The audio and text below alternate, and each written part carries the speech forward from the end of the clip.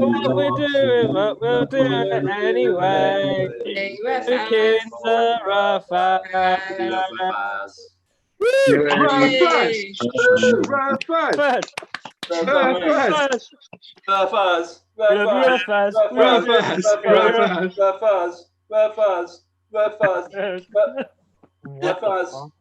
All right. Yeah. Welcome to Rough folks. Joke in the Oak / Joke in the Oak. Right. So it's been a mental couple of 24 hours, to be honest. It basically just reinforced why I'm doing this now tonight. It's to raise money for the NHS primarily. So welcome one and all.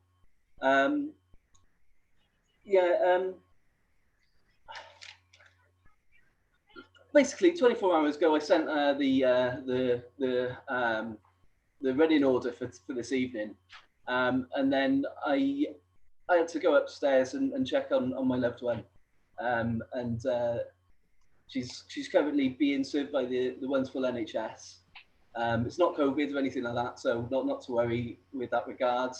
But it just goes to show how important the NHS is each and every one of us, 24 hours a day, 365 days of a year. So that's why we're all here. I know people say it's not a charity, and I agree wholeheartedly. It's not a charity, but it is probably the most important institution that we've got. So we need to do everything we can to help it. The NHS doesn't stop to think when we need help; it just goes and helps us. And so I'm not thinking about it. I'm just going and trying to help, because I think they really need the help right now. So, that's not a joke, is it? Is that a joke? It's a passionate speech, though. Yeah, but it's fucking true, isn't it, man? I need to get it off my chest, so I can fucking just continue this night and have a laugh and raise some money. So right, well done, Di. I have. Sorry, cheers, Sarah. I have prepared something, obviously. Like the way I usually start is to obviously introduce myself, to make you feel even more sorry for me. No, I'm only joking, as I say, everything's fine. But my name is Di, which in Wales is usually short for David. But if you're an MP of a neighbouring English county who's calling for the abolition of our democratically elected national institutions because your constituents want to visit the beach in Wales and unnecessarily danger our residents, even though Moyles in the Wirral is only about 50 miles closer, then my name's also short for fuck off and die. Get some jokes out of the way, isn't it? That's the way I always start. Like, it's been tricky doing that one with what's going on, because I don't actually, wish that on anyone. But fuck the Tories. Joke in the Oak is a monthly charity comedy night, usually based in the Royal Oak Pub on Broadway and Splot. However, the pub's bloody shut, so we're currently combining with our close friends down the road in the M4 in Swansea. Rough As Comedy Group is a comedy club for comedians, and we bring to you a showcase of some of South Wales' finest comedy talent to the comfort of your own home in order to raise vital funds tonight for the NHS during the coronavirus lockdown. Since Joke in the Oak started in March last year, we've raised £1,229 for different charities, both local and national. Last month, we raised £213 for Cardiff and the Vale NHS. And tonight, we're hoping to do even better. In fact, I think we're probably over that now, which is an absolutely amazing response for the health board that covers Rough As's geographical region in Swansea Bay. But that's not all. You can also donate to your local NHS Trust or NHS Together UK. That's massive round of applause for everyone that's donated, guys. Yay! Any donation, big or small, it's massively appreciated. You can donate tonight by going to justgiving.com/fundraising/joke-in-the-rough-as/. or blind slice in Welsh. That's a good one, isn't it? It's better than fucking English. Blind slice. English language there. Not very. Okay, back. So yeah, leads nicely onto my next section. If you're watching in England, welcome to the show, but please don't visit Wales. You're not welcome. God, that feels good. No, I'm only joking. It's not because I'm anti-English. The English that are already here are more than welcome, and they're great people. My girlfriend, I always used to refer to, like, you'll know her in comedy terms as my English girlfriend. She's my English fiance now. So like some of the best people are in Wales and come from England, and they try even more than the Welsh people do to speak our language. So they're more than welcome. Where was I going? Basically, yeah, it's started out in the English. It's Wales is shut, and so should you fuckers be. Stay alert is not advice that a prime minister should be giving you. That's the advice of a football coach. On your fucking toes, guys. On your fucking toes. On your toes. Basically, you can afford cocaine. You can't. Stay alert. The government should be saying stay at home. Stay at fucking home. Put your fucking day bunting away, you crazy fucks. Stay at home and let us entertain you. Because tonight we have some of England's finest in Nathan Caton, and a very special guest headliner, and that's like, I'm so chuffed. That's a massive coup, I think, for certainly Joking the Oak. So yeah, a massive round of applause for Nathan Caton, guys.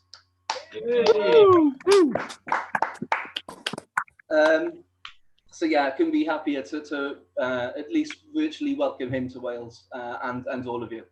There were V-Day celebrations in rather than commemorations here in Wales. The NHS, the AA rather, was rammed with drunken idiots.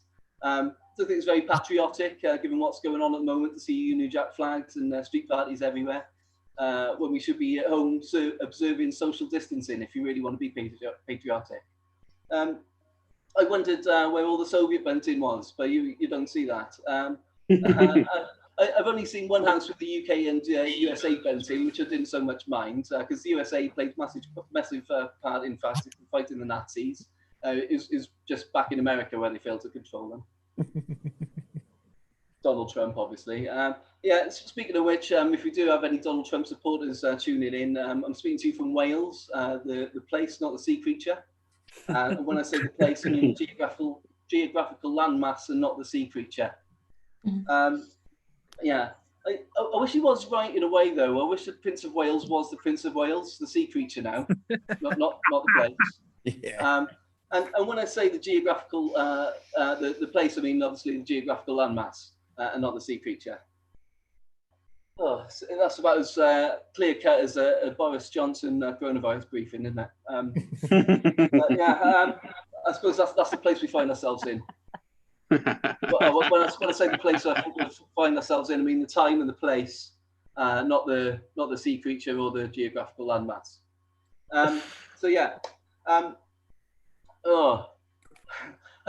One last thing, right? One last thing. If he does think the Prince of Wales is the Prince of Wales, the sea creature now, not the place or the geographical landmass, what exactly does he think that the Duke of York is? Don't answer that. Don't answer that. Now that's all cleared up. I'm a very passionate Welshman, as you can tell. I'm just not very good at being one. It's because I cry all the time when I sing the national anthem. But it's mainly because I can't pronounce the words properly. So I'm learning Welsh. I've been learning Welsh now for 35 years and still no fuck all.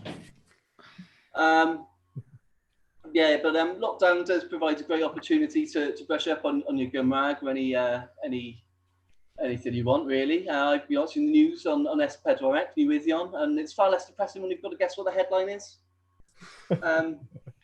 Like, for instance, no pimp can't wedi marw. I think it's a good thing that these pimp cunts are diversifying and growing into marrows. It's difficult to socially diversify in the sex industry. if people who don't speak Welsh don't understand that, that actually means 500 people have died now. So it's pretty grim. But as I say, you know, pimps and marrows, change it up. Coronavirus. I quite like a citrus Corona. I thought that was too obvious a punchline. Like, there's people in America now who aren't buying Corona beers. Probably Donald Trump supporters.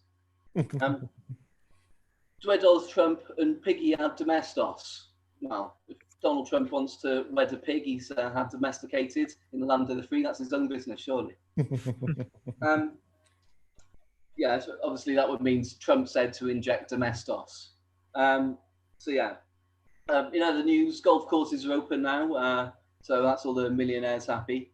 But in Wales, you're only allowed to go if you're local to the golf course. You can't drive, God forbid. And in both of the countries, you're only allowed to go with a family member. So there's a lot of millionaires' children who are now golf caddies and less happy with the news. Gareth Bale will be more than happy about it than he is going back to Real Madrid training, Golf Wales Madrid. But you can't fault the future president of an independent Wales. He's donated over £500,000 to both the NHS and in Spain. So he deserves the utmost respect. Yeah, you know, he'll be a future president of Wales there. Wales has now got a parliament, not an assembly, despite what the Tories may think. It's called the Senedd in Welsh, which is like a Senate in the USA, except our Zoom meetings are even more entertaining. Yeah, I do believe in Welsh independence, but as I say, it's not because I'm anti-English. That's just a happy coincidence. It's because I'm blindly. I think it's blindly obvious now after the mess that Boris Johnson's making. But I also did share a room with my older brother until I was 18. Might have something to do with it. Remember my 3 stages to beat the virus. First, stay in your fucking homes. Never go out again for the fucking Tories. Protect the NHS. Save lives. Yay. After my little little speech there, we're gonna get some fucking acts on. Take the fucking heat off me. But I don't know what the lineup is now. Oh, yeah, no, I do. Yeah, we're starting off tonight with Dylan Jones, who is a veteran. Well, I say veteran this evening. You won't thank me for saying that. But he's been in the game for 20 years. He's also been available to give people sort of advice and training. So I don't know whether he's still up for that, but we'll find out probably. But yeah, first on then, we're going to have your host. Well, I've been your host. Fuck, I lose my mind. Yeah, but our first act of the night, okay, we want a massive round of applause. We're going to start off on a big one. It's Dylan Jones. Yeah. Oh, good God, it's me. I'm on telly. Lovely to be here. Are you enjoying the lockdown, people? Yeah. I'm loving it because I'm spending it isolating with my lovely partner, Ruth. And if anything, is bringing us even closer together. No. Oh, so do not be alarmed. I am not Harry Potter's creepy uncle. I realise every time. I realise I look like I've been drawn by a badly disturbed 5-year-old child. Dylan Jones, known as the Silver Fox. That's because of my silver hair, not because I hang around bins. It's my face, which someone once described as looking like an angry scrotum. Thanks, Mum. Just lost that particular argument. She's in a care home now. No, I wouldn't do that to my mum. I got her a job at B&Q, which is much the same thing. It's a win-win for B&Q employing older people. They get a motivated, experienced workforce, staff get flexibility, and we all benefit from the orange aprons, which help us to spot them. But looking like this has cost me over the years, hasn't it? It really has cost me over the years. I was 20, Lucy. I was 20 before I touched a lady in that special place that smells of the sea. Both cold. But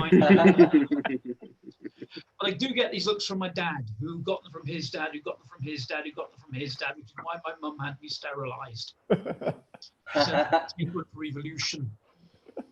Harsh words from my mum. I'll share a story with you about my mum, if I may. Imagine me 5 years old. It's not hard. I'm the same height. My mum sits me down and says, Dylan, for she called me by my stage name. No one is called Dylan Jones, least of all me. You see, to you, this is a social gathering. To me, this is part of my cover for the witness protection program. I can't say too much about that, except they're very thorough. Incredibly thorough. My real name is Susan. Susan Parton. My family name is Parton. I obviously had to change it. People kept asking, am I related to Dolly Parton? Which I'm not anymore. Although we were married briefly in the 1970s. Sadly, it didn't work out. No one's fault, really. She was always away touring. I was 7. She was legal at the time in Tennessee. Anyway, my mum sits me down and says, Dylan, you're special, you're unique, and if you put your mind to it, you can have anything you want in this world. Anything at all. That was her first lie. And if that was the case, why did we live in Swansea? Now, I did a gig in Swansea a few weeks ago now. It was interesting. It's the first time I've been paid in spare parts from a 2010 Nissan Micra. The signs were there. The signs saying you are now entering Swansea. Please drive carefully, but quickly. Window up, aerial down. Or the sign that says you are now leaving Swansea. Thank you for your hubcaps. Then our display in our museum of shiny things. But if you've never been to Swansea, it's boarded up shop after boarded up shop after boarded up shop, and one lonely branch of Starbucks weeping to itself. Why did we come here? Why? They said we'd be part of some fancy new cafe quarter, but there's just us. And the Amsterdam Coffee House Experience, which is a vape shop that sells crisps.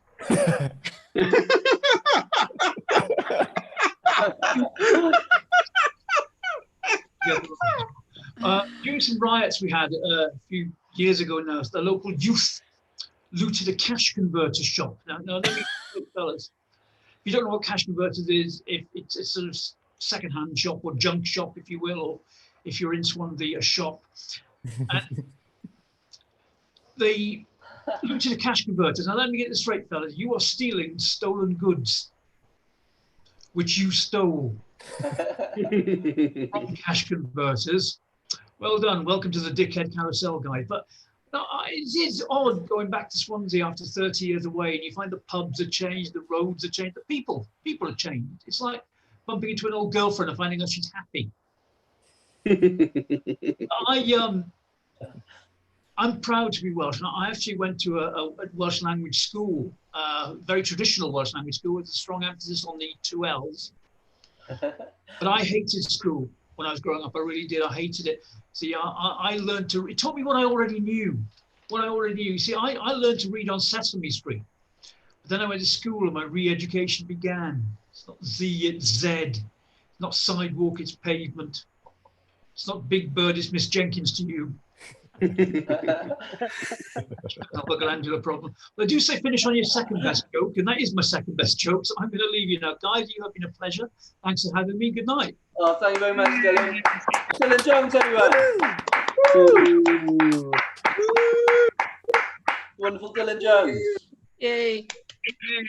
Right, we're off with a bang. All right, so basically, yeah, he's as I say, partners with Ruth there, who will, I don't know, Ruth, do you want to come on next, or should we give you another act and then? No, I'm ready to go. All right, let's do it. All right, well, keep the round of applause going then, guys. This is Ruth Hine. Yeah. Oh, keep it going, for God's sake, while I sit down. Yay. Ruth. Hi, Rockets Ruffians. Oh dear. Right. First of all, I can see what you were all thinking when I came on. Guy has got his token act. And I am your token act. I am an English act.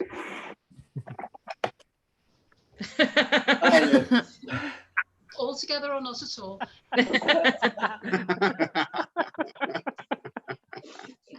Well, as you will see, I said I had a bit of trouble getting up here, and I'm going to be using notes tonight. And that's because I have a neurological condition.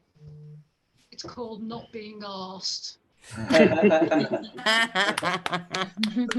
That's contagious. I do have a neurological condition. I have something called multiple sclerosis. I was expecting a much better reaction than that. Don't feel sorry for me. You obviously don't, but don't feel sorry for me, because MS is actually fucking fantastic. Absolutely great. I can't walk in a straight line. I talk absolute gibberish most of the time, and sometimes That's good. That. I've just been heckled by a golden retriever. Because what I was going to say, which Daisy knows, is that sometimes, Sarah, I actually wet myself.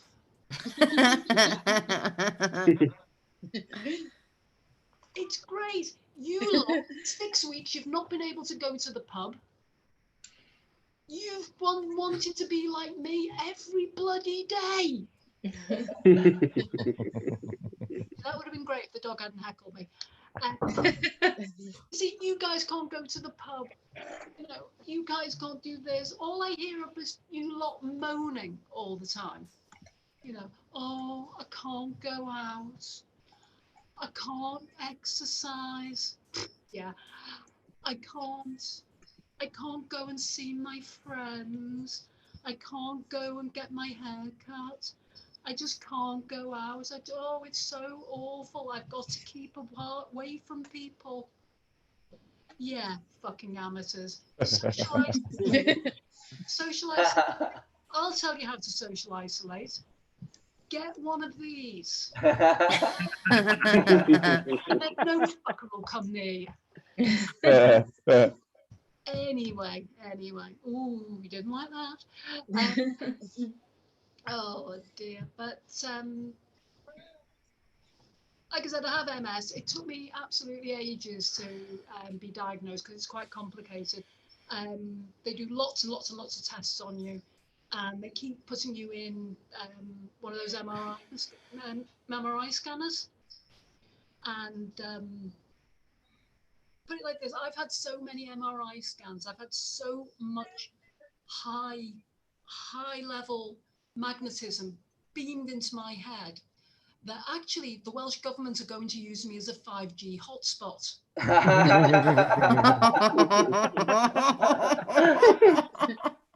Or apparently they were until a load of wankers from Rhondda Cannon Taff decided they were scared of me and decided to burn me down.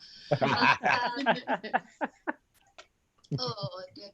But they do this, they give the MRI scan, so they get pictures of your brain. And I've got, when they showed them to me, I've got lots of tiny holes all the way through my brain.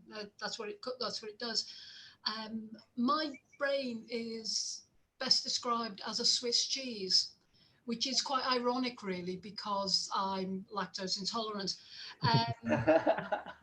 But what it means at the moment with all the coronavirus stuff is that the government is making me shield. I am shielding, which I hate to tell you guys is nowhere near as sexy and Game of Thrones as it sounds. What it basically means is that I haven't set foot outside for 6 weeks. 6 weeks. Now, those of you who know me know that that isn't actually much of a change, but the government told me I couldn't go out. The government told me I couldn't go out, so I really resent it. Mm-hmm. However, the government didn't tell me not to go to the kitchen, which is where I've been going most of this last 6 weeks, and it's not good. It's not good. I mean, basically, if Dylan murdered me, the police, they'd leave a chalk outline around the body. It'd just be a perfect circle. So I actually decided to buy a Fitbit. Ooh. You're impressed. It was pink. But I'm a bit disappointed because it's supposed to be there. So, there you're getting fit, you're walking, you're exercising, and it's supposed to check how you're doing, and it gives you a report on your progress and sends you these wonderful, inspiring, uplifting messages.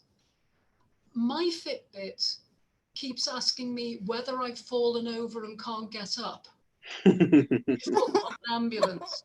And it's typical, all of these bloody organizations and they're companies, and they're trying to make us feel that they're doing something during the crisis. And even Virgin Media, when lockdown was announced, I got a message from them, hey, we're doing everything we can.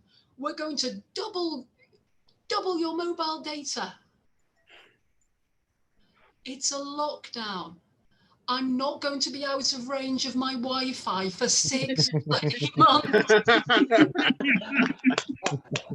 No, I'm not going to give you any money for your airline, Mr. Branson. Anyway, but no, lockdown, it's not been too bad. Dylan, my lovely husband who has run away. My lovely husband has been really great and been helpful and lovely, and we've been together for a very long time now, and things could not get better. Things could just not get better.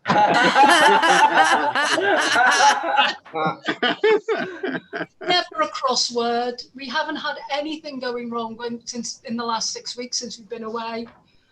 We've been in touch. It would help if I held that the right way, wouldn't it?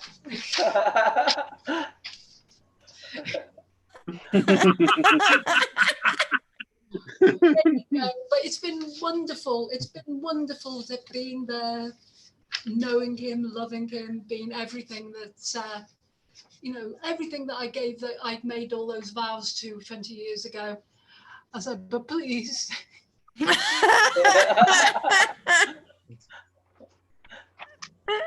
I can work out which way around that is.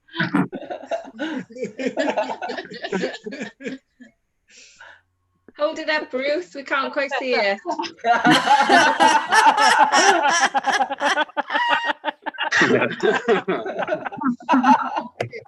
Brain like a natural sponge.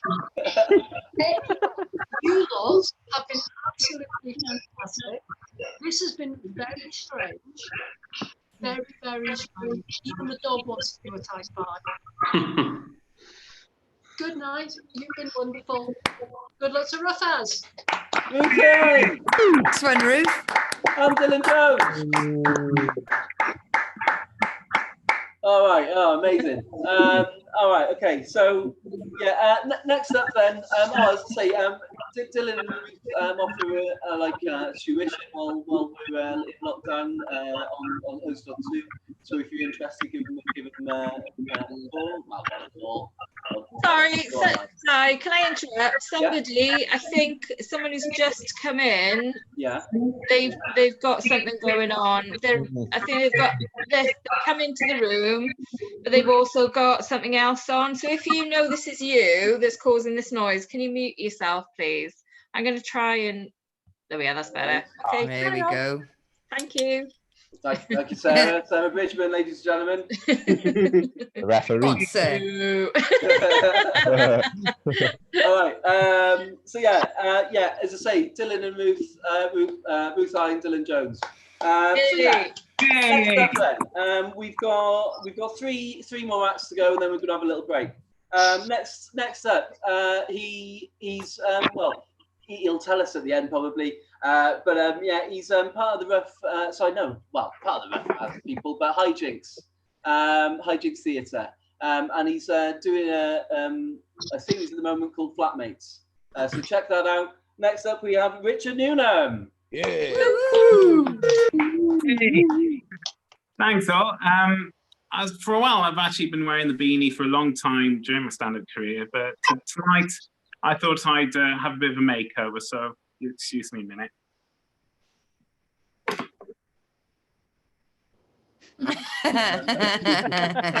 Looking sharp. Oh, thank you.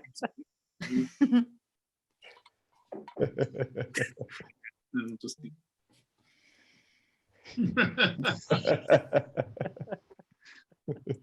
is that any better?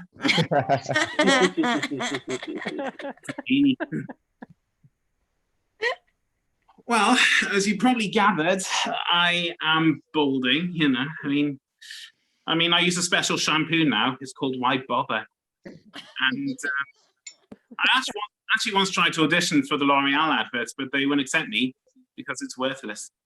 Oh.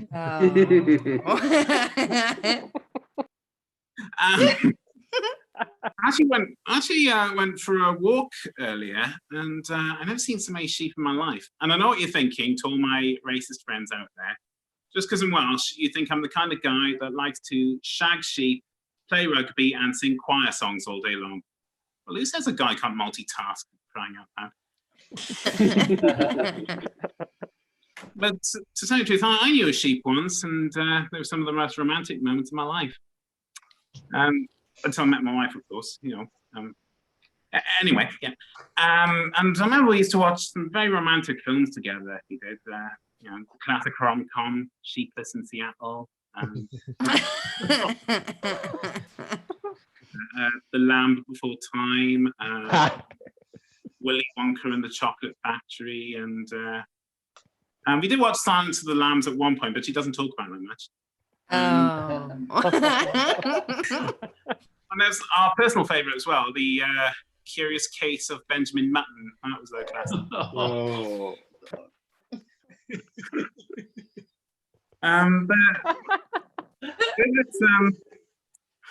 With this, you know, coronavirus thing, I'll be honest, I've been missing holidays. I've been missing them a lot. Because I've been for a walk, like I said, and I've been working from home a lot, and I've been feeling tired lately, very tired.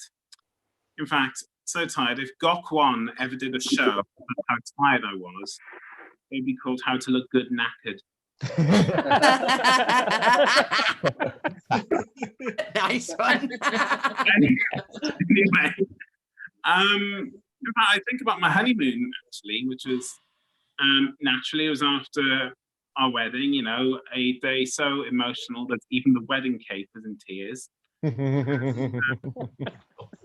even got my wedding ring here to show you. It's actually paraphrases Lord of the Rings. It does, only it's in Welsh. And it roughly translates as one ring to show our love, one ring to bind us.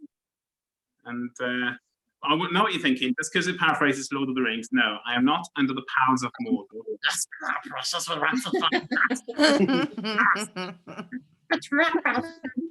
You don't have to friends. Nobody likes. As I was saying, I'm not under the powers of Mordor. So, anyway, I was talking about my honeymoon, wasn't I? Yeah. So, we're on our honeymoon, and it was all inclusive. It's brilliant. All the food you could eat. I mean, we did order snails at one point, but they took forever to get on our plate. And actually, we decided to go for a cocktail. So I went to a cocktail bar. Thought I'd get 2 cocktails, and the barmaid said, "What do you like?" "Oh, you like some cocktails, please?" "Sure. Which ones?" "Oh, any cocktails will do." "Oh, do you like sex on the beach?" "Yeah, I do sometimes, but the crabs keep pinching my bum." And I really am appreciative of my life, you know, throughout this tough time, you know, just being. But when I was on my honeymoon, I was worried about something. I was worried sometimes. After a while, you worried if the romance runs dry, or if, you know, the love has run out. So one day I was in bed with my wife, and I thought I'd ask her a very big question. I'd say, "Love," just to protect identity. "Love, yeah? I'm going to ask you a question now. I want to be really, really honest with you now. What's my life as a lover?" She took her time with this answer, you know, I mean, which is interesting because I wasn't asking her about quantum physics and the way it's in the universe. I was just asking her what it was like as a lover. So after hours and hours of Googling and Wikipedia, she finally came up with an answer. To be honest, Rich, I'd say you're warm. Warm. Yeah, yes. In fact, I would say you were the dictionary definition of the word warm. So as you imagine, I was over the moon. I was boasting about saying, hey, ladies, I bet you want some of this because I'm warm. Yeah, I'm warm. I like it. I'm warm. So I was boasting about during the honeymoon. I was boasting about the plane. And I was so excited, I then picked up a dictionary to look up the dictionary definition of the word warm. So just look here. Where is it? Here we go. Warm. Coming in. Adjective. Not that cool and not that hot anymore. Thanks, love. Anyway, thank you very much. Let's save the NHS. Thank you very much. Yeah.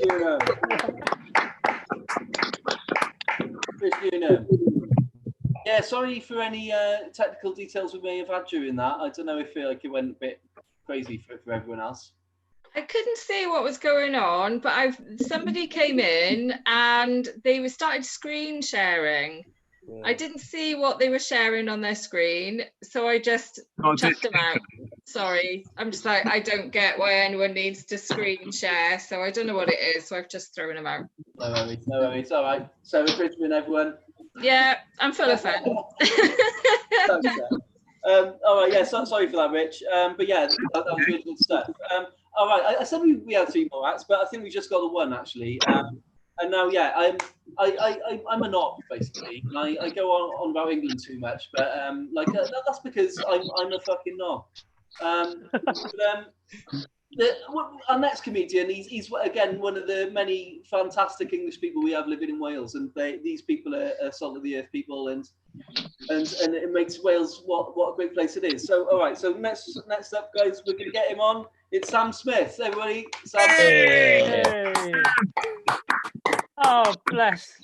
Lovely words, Di. Lovely words, Di. But everyone knows that I'm a dickhead. It's fine. I'm Sam Smith, not that one. The new and improved version. And the best thing to happen to ginger people since a princess shagged her butler. Fair play to Burrell, though. He had to shag the princess. You've got to do that for your country and for your subspecies, because we're a subspecies. I understand it though. I'm somewhat of the black sheep of my family as well. I relate to Harry. I'm not the most black sheep in my family. For example, my cousin went to prison with my old pot dealer for stealing copper from the railways. That's black sheep. Harry's also not the black sheep because his uncle should be in prison for being a nonce. It's good to see a ginger person in a position of authority, even though I don't recognise it. Ginger representation in the media is very important, and I understand that. They were talking about remaking a live-action remake of The Little Mermaid a few years back with a black woman playing Ariel. And lots of people kicked off. I thought that's fine, that's okay, doesn't really affect me. However, I think for balance, if they're going to make Black Ariel, they should also remake Space Jam, but with Michael Jordan cast as a ginger bloke. With that ginger bloke being me. I'm 5'10", pasty white and can't play basketball, but that doesn't matter. Let's do it for representation. Ginger people can do whatever they want to do. Can't play basketball to save my life. I am the epitome of ginger men can't jump. I'm a sound engineer, so I'm out of work for the foreseeable future, probably ever at this rate, knowing we live in Cardiff, where there's very few music venues and they're being locked down. So I'm learning video editing and 3D modeling and stuff, because it's probably going to be really shit when this finishes and I'm going to need to retrain. I'm built to be a media lovey, and there's loads of media lovies in Cardiff. We've got quite a big filmmaking scene. Have you guys ever seen his Dark Materials? No. Yes. It was made by BBC Wales and HBO, and it was some of it was filmed in Wales. It's also what I call my pornography connection. It's based on a book called The Golden Compass, which is what I call my penis. That's a ginger pubic hair joke, by the way. I get one per set. That's one. Do you remember World War III? We all forgot about that, haven't we? It's all gone a little bit quiet, and I'm glad, because I don't think we're cut out for World War III. I just think we're soft compared to previous generations. We get our ass kicked, but it would be the sassiest World War yet. You can just imagine it. Well, if you don't deserve me in my Great World War, then you don't deserve me in my late stage capitalism. That would be fantastic. I don't know. I don't think capitalism's going anywhere, but it might be rebranded. Capitalism too. You know, people in marketing, they know how to rebrand the same old shit in a different way and make you buy it again. It's kind of the way of capitalism. I can see that happening. It is kind of backwards world, though. For example, people are calling for border controls, in quite valid reasons, against a government that they claim don't represent them, even though they have a vote towards that government. Yet their entire argument could just be cancelled in saying that it's racism and petty nationalism. Am I talking about Wales now or England in 2016? It's kind of typical of Wales being 4 years behind. I see. But it does mean England are going to overachieve in the 2024 European Championships, which is called paying it forward, Di. I really appreciate it. Can we have Gareth Bale, please? No. You can have him as a Prime Minister if we can have him as our star striker. You've needed like a left. He's a winger. Too long now. You're not getting a left winger off of me. Cool. But yeah, I thought that was controversial. I do find it funny that in Middle England, the middle classes have taken up to clapping every week, which is a very all things bright and beautiful version of virtue signalling, which they're usually dead against. I find that quite funny. Now, I live with my girlfriend who's a nurse, and she doesn't like the attention, and she finds it quite petty. She isn't, she doesn't get influenced by moral support. She gets influenced by being paid properly, which I totally agree with. So when she comes home, I boo her, so she doesn't get to boo for her boots. And I suggest you do that every Thursday. Balance and representation, and I'm sure your neighbours will appreciate it. I'm sure the neighbourhood watch will be very interesting next month. Talking about backwards, the other day I saw someone state that why should we listen to Shamina Begum, we should feel sorry for her because she was young and she didn't know what she was doing, yet we should all listen to Greta Thunberg as an expert on carbon emissions. And I don't think I got what they were getting at. I thought they were getting at that we should send Greta Thunberg to join ISIS. I don't think that's what they were getting at, but I can picture it now.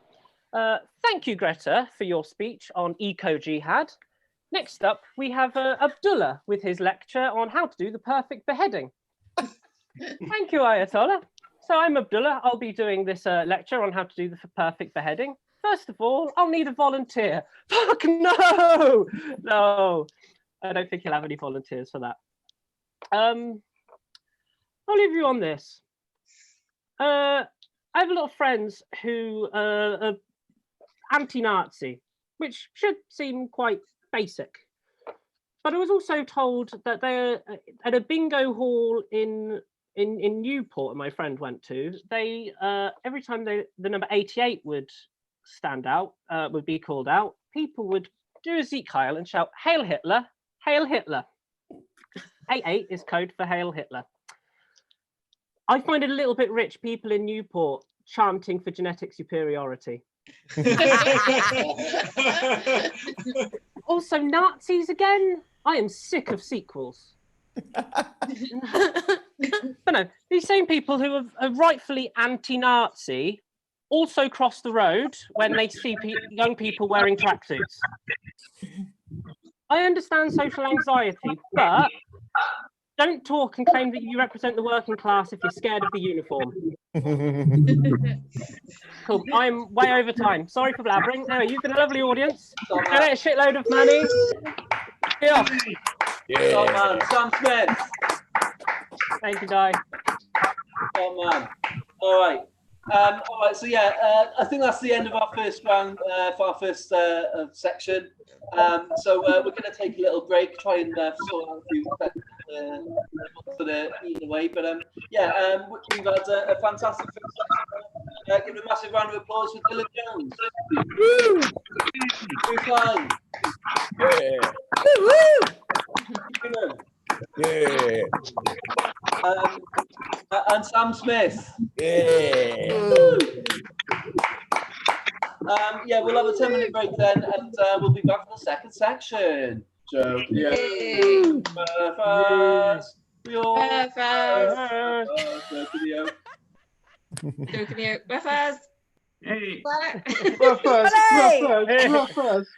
Dun, dun, dun, dun, dun, dun, dun, dun. Right, everyone. Yeah, just have a little word. Just say, I'll put on some music.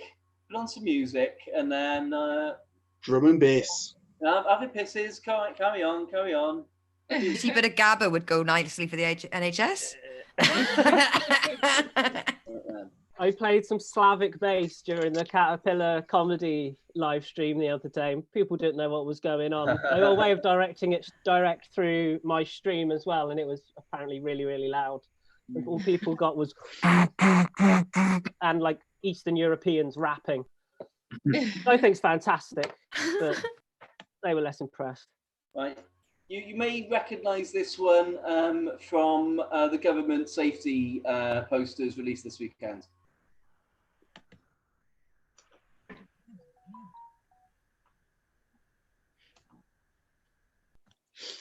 Can't hear anything at the minute. It's just loading. Bear with the DJ, Sarah. All right, okay.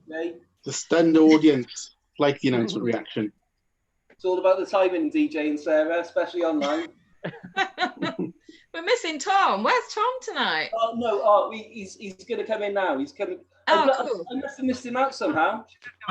Half an hour. We'll have adverts. Hang on. There's definitely someone who's got two things going on. Adverts it is. Here we go.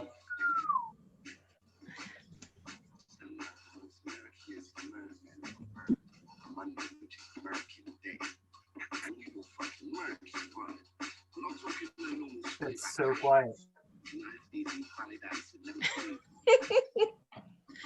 It's perfect for rough hours.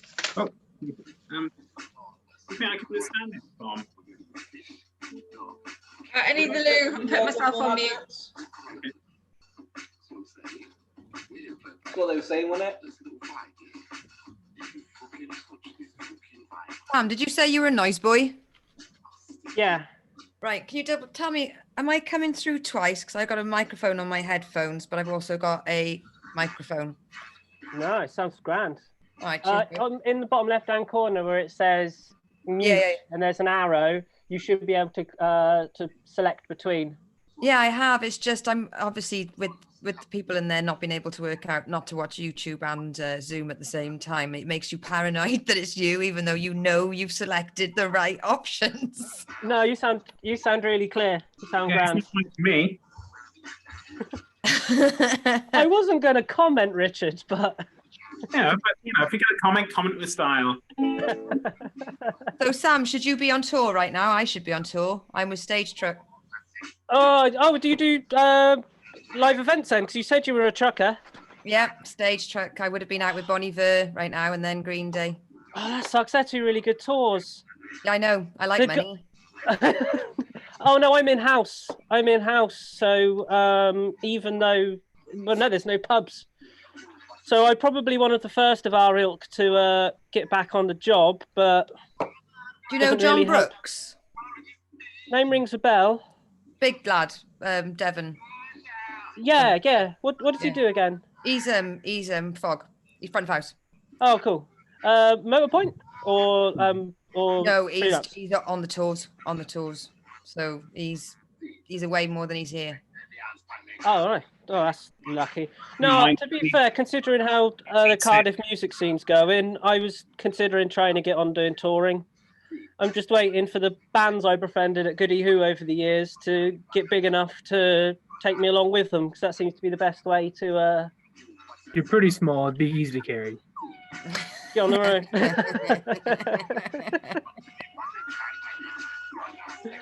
I don't know. I've been transported in boots in my time. Don't need anything that fancy. I don't want to hear your kidnapping stories, mate. Jesus. A kid as the kidnapper or the kidnappee? Yeah, well, I'm the you truck could play driver. both. I'll do the kidnapping. Now shut up and get in the back. As long as I get to see Bon Iver for 3 weeks, that's grand. Mate, I was doing Is that how camera you say his operating. name? I thought it was Bon Iver. Even they don't know. I've asked them. Yeah. It's based on Good Winter in French, which is Bon Iver, but they think it sounds too much like Good Liver, so they changed it to Bon Iver, and this would have happened after 2 ounces of skunk. That sounds legit. I buy that. Yeah. Where's Tom? Yeah. What song? Yeah. Huh? Eh? What? Tom.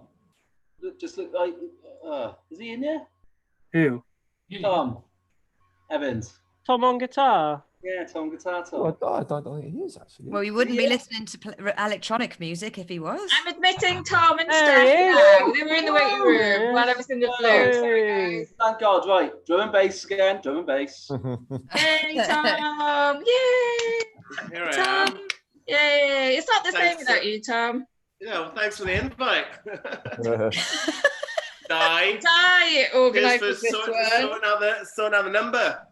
Don't bring me. Again. Right, I'm going to be back in I'm a here sec. now. You're all very welcome. Yay. I want to be just like you, Tom. Oh, you'll never be me. I've got a hair for it, have I? Well. With luscious locks. If me and Di are a yin and yang, you two can be a yin and yang as well. I am the yin to nobody's yang. When are you ever be my yang? We What can really are try. we doing? Are we doing the thing? Is this the thing happening? Is it happening? Yes. What thing? What's happening? The gig. Is this the gig? What's happening? Why is it? You've missed half the gig, Tom. Where have you been? Well, I didn't get a bloody number to join, did I, Di? I'm gutted. I thought I included you on Food the. eye. No. He thought I've got a big. Di thought to himself, I've got a big boy proper headliner, and I get a couple of acts. I don't want to spoil it by adding Tom into the mix. I'm joking. I'm only messing. I was on my walk when I realised. I rushed home. We had the national anthem for FRs. Did you? Yeah, we're gonna have to do it again for the second, like a proper restart. I went in too serious for the start anyway. So we're gonna have a fun little second section, and we're gonna have Tom on fucking guitar. Yeah, goodbye. The people on There we go. YouTube are very excited to see Tom. Well, Jake Hamster is anyway. Who's that guy? Is he No idea. They like you, Tom. Oh, that's very nice. Well, I Question. just a touch. Dash it in. Questionable. questionable opinions on the comment section on YouTube. Keep them going. Keep them going, gang. Oh, yeah. So And we have is got the Earth 37 people watching right now. Positively socially relevant. What I want the people in the comment section to be going on, is the Earth flat? Yes or no? I vote for yes, it is flat. I don't know what YouTube thinks, but you know, let's see. Let's poke the bear. I got one of you in that one. I will say as well, we've got an awful lot of audience in the Zoom room. So if there's, which you're welcome, because it's, you know, Di is much more open to audience than Rafaz is. So Joke in the Oak love a bit of audience. But if anybody did want to join in with the chat on YouTube, feel free to like join over there as well and see what everyone's writing. I'm chatting shit on there. Sorry? If your names keep on popping up, like put yourselves on mute. Yeah. Yeah, if you know there's going to be any sort of background interference or anything like that, just pop yourselves on mute. Or if you're watching it on a second thing at all, I know there's too many popping up here, but that's on silent. Is this also, what you can just an hour of admin? Is this what it is? Section. It's got a bit jumpy. A tip in there to all the Zoom people. You can open up you can go all balls in. You can open up. You can pop out the chat and close the video so it doesn't soak up your internet, so you don't buffer and stuff. YouTube chat. Is that you can pop the YouTube chat out? Thanks, Sam. Yeah. Fucking shout that. Slap him off. Rafaz.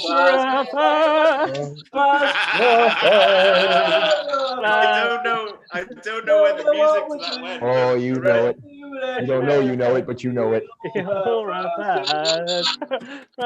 It'll come. It's natural. Can I say as well, it's very nice to see Ray Turner in the house. Hi, Ray. I've been here from the start. Oh, top man. You weren't here last week, though. You didn't pop into Rafaz last week. No, you watched it. No, I YouTube. I did. I watched it on YouTube. Oh, yeah. Sorry. Well, it's nice to see you in the room anyway. Thank you. Wow. Now that thrilling conversation has come to an end, why don't we start? Yeah, fuck you, Tom. Fuck you. Fuck you. Fuck you. Oh, Evans, no, I didn't let him in now. You knew the people from my school then. They wrote that first originally. All right. Tom, you are the son I wish I'd never had. And you're the dad I wish. And you, sir, are the dad that I'm glad went out for cigarettes all those years ago. So thank you for that. Did you get Let's have a no Tom. Banter. Banter. Coming up, you I don't drink before my set, so can we hurry up? Yeah, actually, you should crack on, Di. I think the bar's empty, Di. Oh, ole! All right. Another one. Hey! Welcome back to the second section of Joke in the Rafaz. Yeah. Apologies for the technical difficulties. We hopefully got it sorted for this one now. But yeah. No, I can still hear echoing. Yeah, a bit of echo. One of you fuckers has got more than one screen and Mute everyone except for Di. Mute everyone except for Di. I'll turn this off just in case. Imagine if it's me. You're probably overloading your internet, causing yourself to glitch as well. I'd only have one on if I were you, but maybe it's Sam. How dare you? A lot about it. Di, just mute everyone except for you. All right, there's only one of me now. All right, let's see if that's better. All right, it is better. Yeah, it's better. It was you. Tom. It's me. Oh, fuck. Yeah. Okay, well, we're going to get some acts on because this section. All right, so yeah, the first act on for this section, he runs another local comedy night called What's in the Box. And you can find What's in the Box usually in pubs in town, but it's fucking shut. So yeah, it comes to you live now from the realms of the internet. And so A massive round of applause for Reese Williamson. All right, everyone, how's it going? Thank you so much. It's fucking weird. I'm actually standing up. I'm in my bedroom talking to my window, so my neighbors are fucking looking at me right now. Yeah, man, 2020 been a fucking wild ride. It's honestly like the worst improv set I've ever heard in my entire life. Starting in 2019, it just like, oh, there's fires in Australia. Yes, and Kobe Bryant died. Yes, and Brexit's finally finished. Yes, and coronavirus. Yes, and now we're just floating around waiting for the next one. Like God's playing fucking cruel jokes to us. And I don't know how everyone else is going. I'm treating my lockdown like a prison sentence. Just fucking doing push-ups every day, going like, tomorrow I get out. Tomorrow I get out. You know? And then, you know, you can only file down so many toothbrushes into shanks just out of boredom. Like, what are we supposed to be doing with our lives right now? Oh, man, it's so nice to talk to people. Actually, I've been here with my wife, so cheers to you guys. Cheers to the NHS. Die. You mentioned about Wales, American people not knowing Wales, and you're absolutely right. They don't know what Wales is. My cousin used to work for the Natural History Museum of Wales, and when she met my friends in America, they literally said to her, "Wow, that's amazing. Whales are my favorite animal." So, you know, go Wales.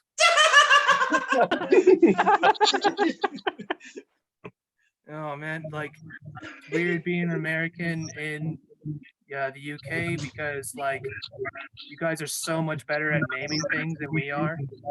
Like you see go to somewhere like New York City, you have the Empire State Building, and then you go to London and you're like, what that building called? They're like the Shard. They're like, wow. Like nothing official, just the Shard. What about that one? Walkie talkie. Cool. Yeah. Like, you know, we name our things like, you know, like there's a rock near where I live and it's called Enchanted Rock. You probably see that and you're like, yep. Penis ward. Yeah. It looks like. I knew I was gonna love Wales, like the UK as soon as I landed. I got it on the train and the last stop was called Cock Foster's. Like, funny. The joke writes itself. And it has to. I laughed my ass all the way to reading.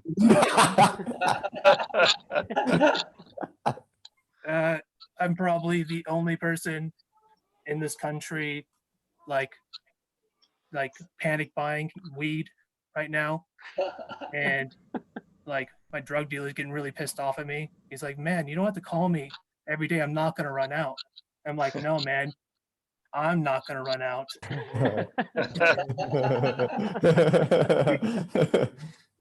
I just like, I think we're really missing out on like the true victims of the coronavirus thing, and it's just like intricate high fives, you know, like goodbye up high, bye bye down low,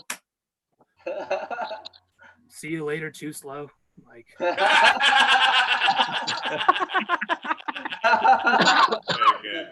there's a whole group of people who's just they're just jobless.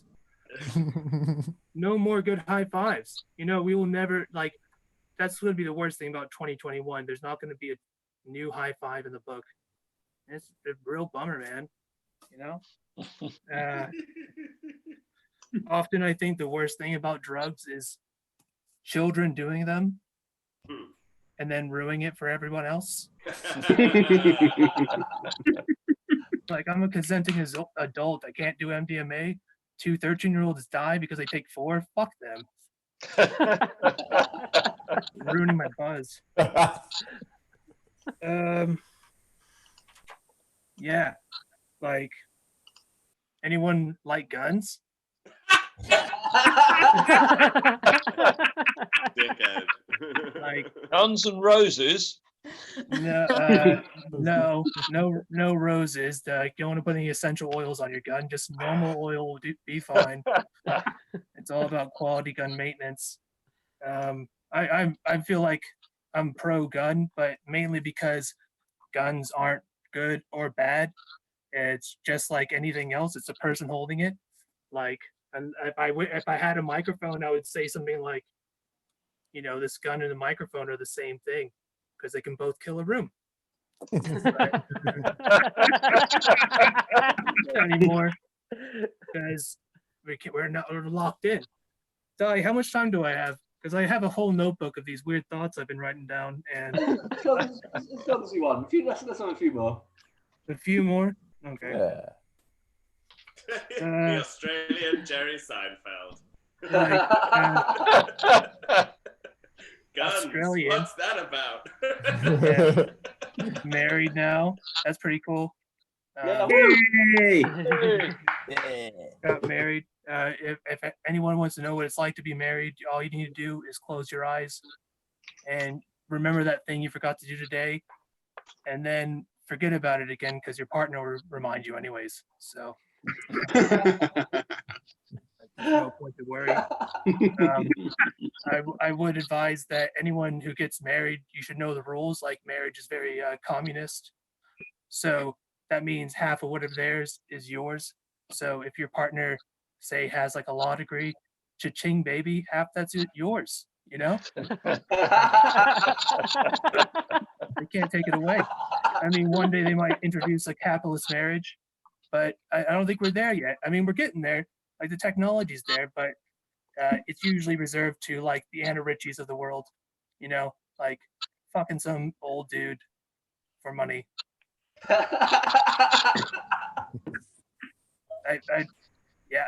could go on, but I think I'll leave it there. So thank you, and yeah, cheers. Hey!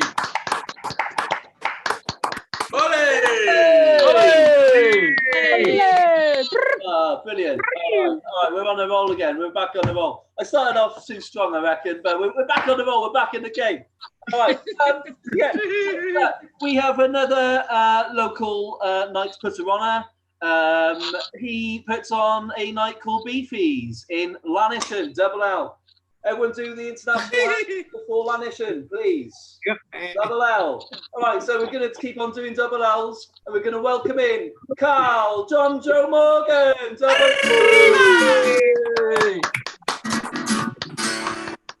Nice. Let's go. Nice. How are you all? You okay? Have I frozen? Yeah. But it's great. Yeah. Let it go. It's okay. Good luck, Carl. That is a good face. Yeah, well, I've always had a good face. I was blessed with it. Yeah, you might. So look, weird time, as you know. Well, this time last year, I was in Mexico for the fiesta. Wish I hadn't bothered though. It took me 6 weeks to drive it back, and the fan belt snapped in a month. The day before lockdown started, I'll take you all the way back to the day before lockdown started. I went to the cinema. On the way in, I saw a sign that said, "Please watch the step." It's the worst £7.50 I've ever spent. After I've been to the cinema, I went to a Scottish curry house. Found that very intimidating. I asked what they would recommend to go with my curry, and they threatened to key my nan.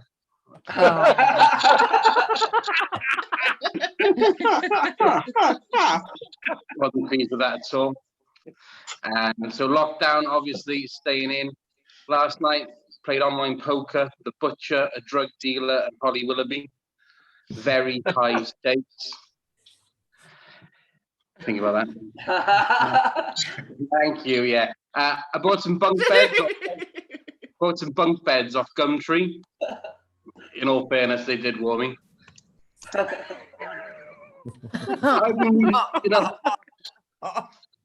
been reading up as well on how the food you eat can affect your mood. during lockdown. So that's why I've given up Feel Low pastry and buy all my food now. That's pretty good. It's terrible. There's no pleasing kids nowadays. As any parents out there will know, there's no pleasing kids nowadays. Might have been complaining for ages because they want to go to Ninja Warrior, but it's closed. Yesterday, I arranged the local sensei and his mates to come around and beat the shit out of them, and apparently that's not good enough either. People always used to say my brother had my nan's eyes, and after the police dug up his garden, it turns out they were right.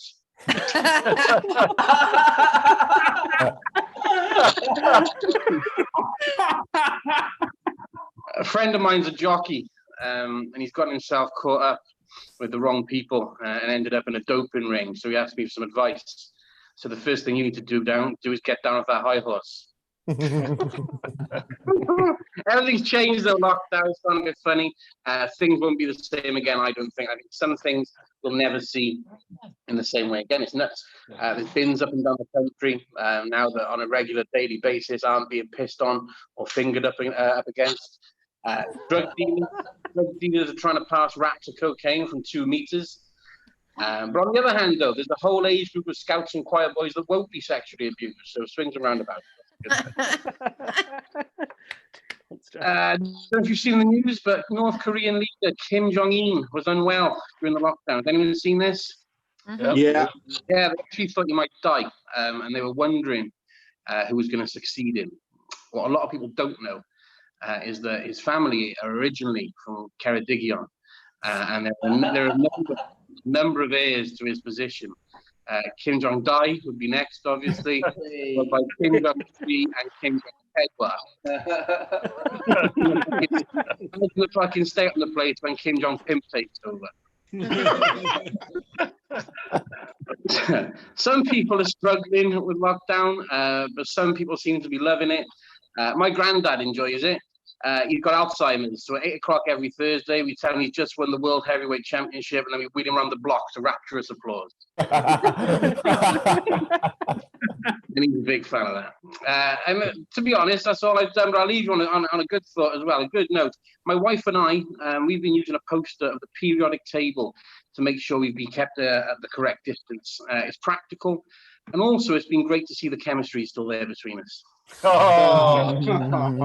How dare you groan at Hey,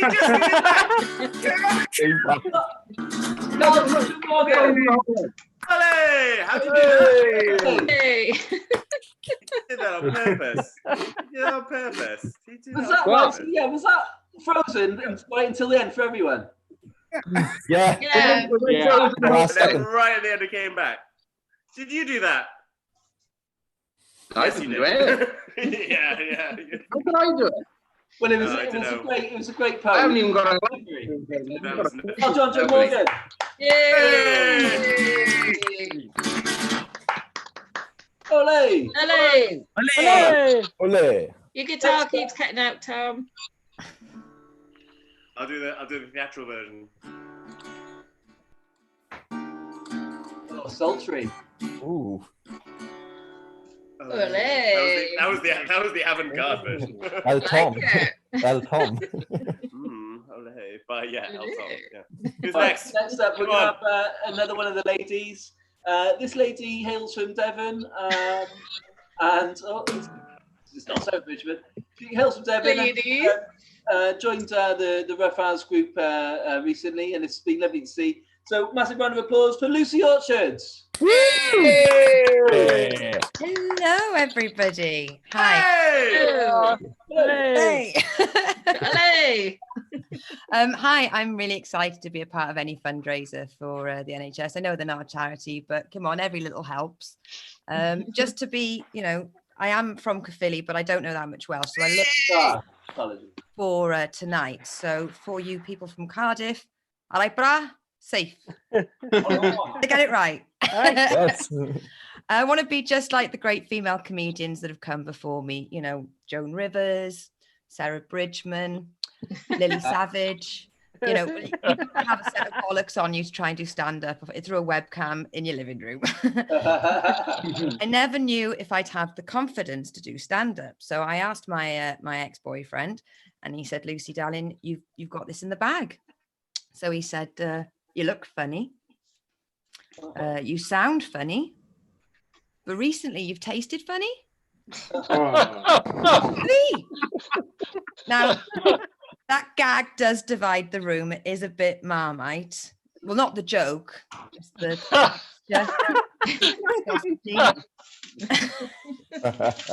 No, I'm only joking with you. Heston Blumenthal once invited me to be course 2 of a 7-course taster menu.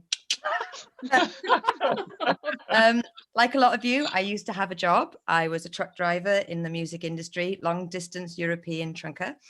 I didn't plan to do it, but my ex steered me into it. And we dated for round about a year. If you don't like puns, buckle in now. It was never going to work for 3 reasons.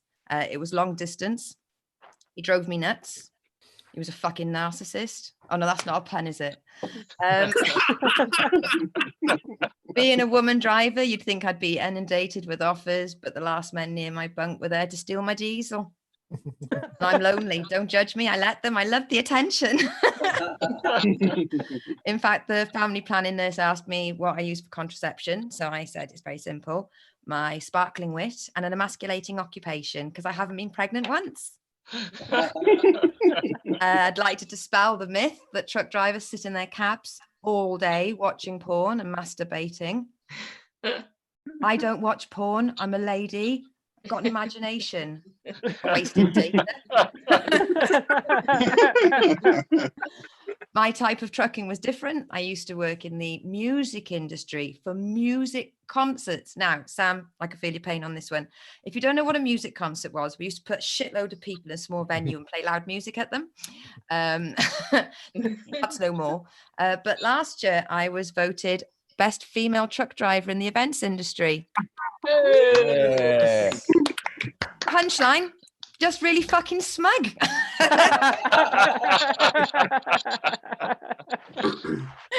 I used to travel all around Europe. Used to go to Belgium, cheap fags. Used to go to Luxembourg, even cheaper fags. Went to Amsterdam once. Can't remember a fucking thing, but there's definitely something in the fags. We used to say the show must go on. So like last year, I had to go from Barcelona to Verona in one shot. So we've got to drive a long way in one go. So we get given a double driver. Now, if you don't know what a double driver is, listen in, I've got it explained now. They put a strange man in my cab who can hopefully drive a truck safely and not just touch himself whilst I sleep. So to break the ice, I put on like a podcast, just a bit of ambience. Like my favourite's a 3-part special on Fred and Rose West. Because I want them to think, what's the chances of there being 2 fucking psychopaths in the cab at any one time? So if the hand starts to tingle and starts to go anywhere where it shouldn't, I want him to look over at me, sweetly sleeping, and think, she's probably got a knife under her pillow. Fucking right, mate.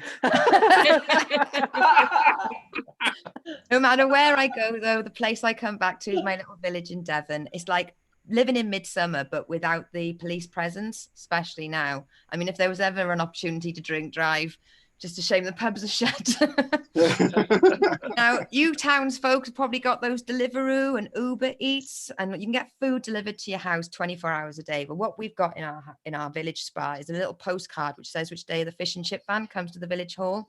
Now, if you're really tech savvy, you can send a text message with your order to stop you having to wait in the cold in your car.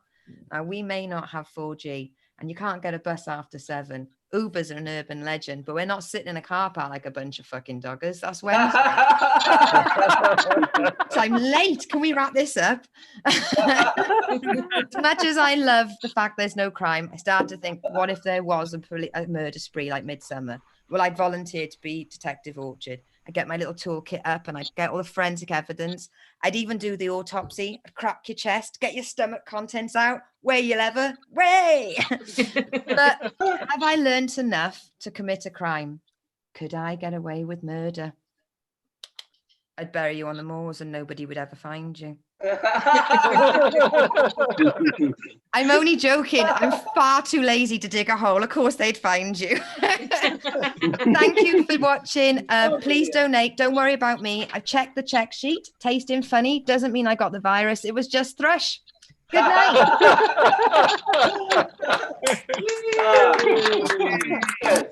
That was fantastic. Very good. Very good. All right. Oh, that was brilliant. Right. We can go on to the next one then. The next one, he's a lovely boy. He's done a few joking jokes now with me. He's a friend of the show. A friend of the show, as I call him. The first friend of the show. Anthony, like a Bozzola. Hey! Really nice. Hey, how's it going? Hey. Yes, How's everyone's quarantine going? how's it going, Flo? Hi. I personally spent the first part of my morning swearing violently at my shower head whilst reminding it who's in charge around here when it dripped for longer than I deemed necessary after I turned it off. Anybody else a little bit weirded out by the fact that the initiative seems to be protecting the elderly, yet the first thing they decided to do on the weekend was reopen garden centres? They're not a hit at the 18 to 30 crowd, I'll say that much. I've spent a good amount of time thinking about how when all this blows over, I'd like to challenge Matt Hancock to a charity boxing match. Fucking hell. I'm talking 3 rounds, Queensbury rules with 8 weeks of training. Would you pay to see this? Yes. A lot of money. Because after seeing how he spoke to that NHS lady last week, I think I'd pay just to take part. As a rookie comic, I'm often told to never punch down, but do not expect me to stop throwing once that man hits the floor. Yes, brother. I know I'm not a tough man. I'm not a boxer. I've had no training, but I know I'd win, and I know I'd only have to knock him down once because in order to get back up, you need an anus and you need a spine. Yes. I am constantly being bombarded at the moment on Facebook by posts informing me that apparently the Prime Minister of New Zealand has magical powers, which to me really begs the question: is she really Superwoman, or are our guys just really crap? Yeah, but besides, let's face it, it's bound to come out soon that either she buys non-free range eggs or that she listens to Ralph Harris in the car on the way to work soon anyway. She's a politician, for Christ's sake. I'm also getting very sick of the annoying optimistic sentiments that are popping up. Look, my dad is out of a job, my sister's autism has got her climbing the walls, and my grandparents haven't left the house in 8 weeks. But hey, you rejoice in the fact that the birds are singing and someone saw a dolphin in Venice about a month ago. I asked a friend of mine who's a nurse about how much she appreciated the weekly 8 p.m. claps for the NHS on her street. Not very much, she said, as they woke up her 1-year-old and she had to be back in at 12 for the early morning shift. Armed with nothing but a second-hand breathing mask and a pair of defective medical scrubs that smelt like the back of a Turkish kebab house. Just to remind you, tickets for the fight will start at £15 and the referee voted Labour. Just thought you should know. When quarantine was first announced, people were very ambitious. They thought they'd learn a new language. They'd start playing the oboe, maybe even master the art of Krav Maga. In reality, the average man on quarantine is drunk by 3 p.m, is wanking 8 times a day, and has resorted to placing bets on Paddy Power for matches in the prestigious Football League of Turkmenistan. I'm well bored. I'm not going to lie, right? I'm well bored. How did it come to this? When I was 9, right, Neil Buchanan on Art Attack had me believing that I could create Wales's answer to the Mona Lisa using nothing but some old newspaper, a tube of PVA glue, and an egg carton. Yeah. What I ended up creating was a mess, but it kept me busy. Then, of course, my parents got their budding Picasso a Sony PlayStation for Xmas, and needless to say, the gig was up. All in all, I'm just disappointed. At the end of the day, social isolation during the Black Plague gave us William Shakespeare. Social isolation during the Great Plague of London gave us Newton's theory of gravity. Social isolation during COVID-19 has given us TikTok. Yay. Even my 1 hour of outdoor time gets disturbed by all the people I see talking to themselves. Stay with me. Yeah, look, for those uninitiated, I live in a part of Cardiff that's very near an area called City Road. Now, for those unfamiliar, it was the sort of place that was popular to visit even before lockdown for people who like watching people talk to themselves. However, since lockdown, it's even more common. The other day I was there and some middle-aged Middle Eastern looking guy started shouting to me in a tone that could only have meant anger. I looked to my left, I looked on my right, and I was the only guy within 10 meters of him, and he had absolutely no reason to believe that I spoke Arabic. It's either them or the bicycle DJs. You know, the guys that ride around, usually with their shirts off, blasting Best of Eurobeats 2000 and twat on full volume. I wish I had enough self-assurance to know that absolutely everyone in my vicinity loves the same music as me and is just dying to hear it.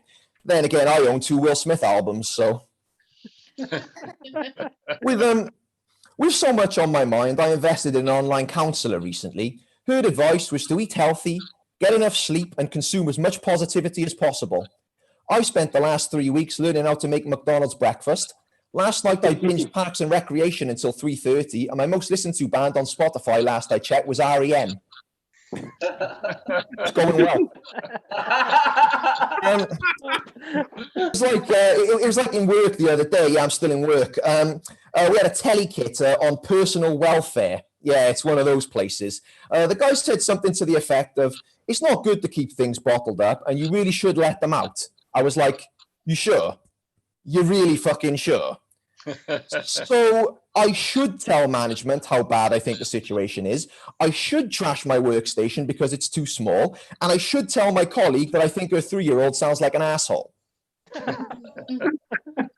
He suggested something about yoga and Pilates. I'm terrible at both.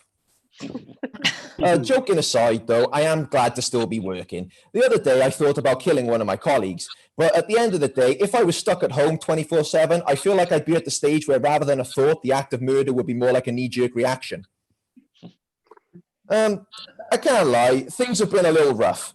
I'm wearing black, I'm trying to slick my hair back, and I've started drinking whiskey in the daytime. Minus the musical talent, I'm basically Johnny Cash. I got a lot of love for Johnny Cash, I really do. Not just for his music, but for his unwavering faith. I mean, let's face it, right? It stood him in good stead. You can't get pinched at a Texas border with half a pharmaceutical company in your guitar case after the press just reported that you're married to a black woman in the year of 1965 and end up doing precisely no time without having God on your side, can you?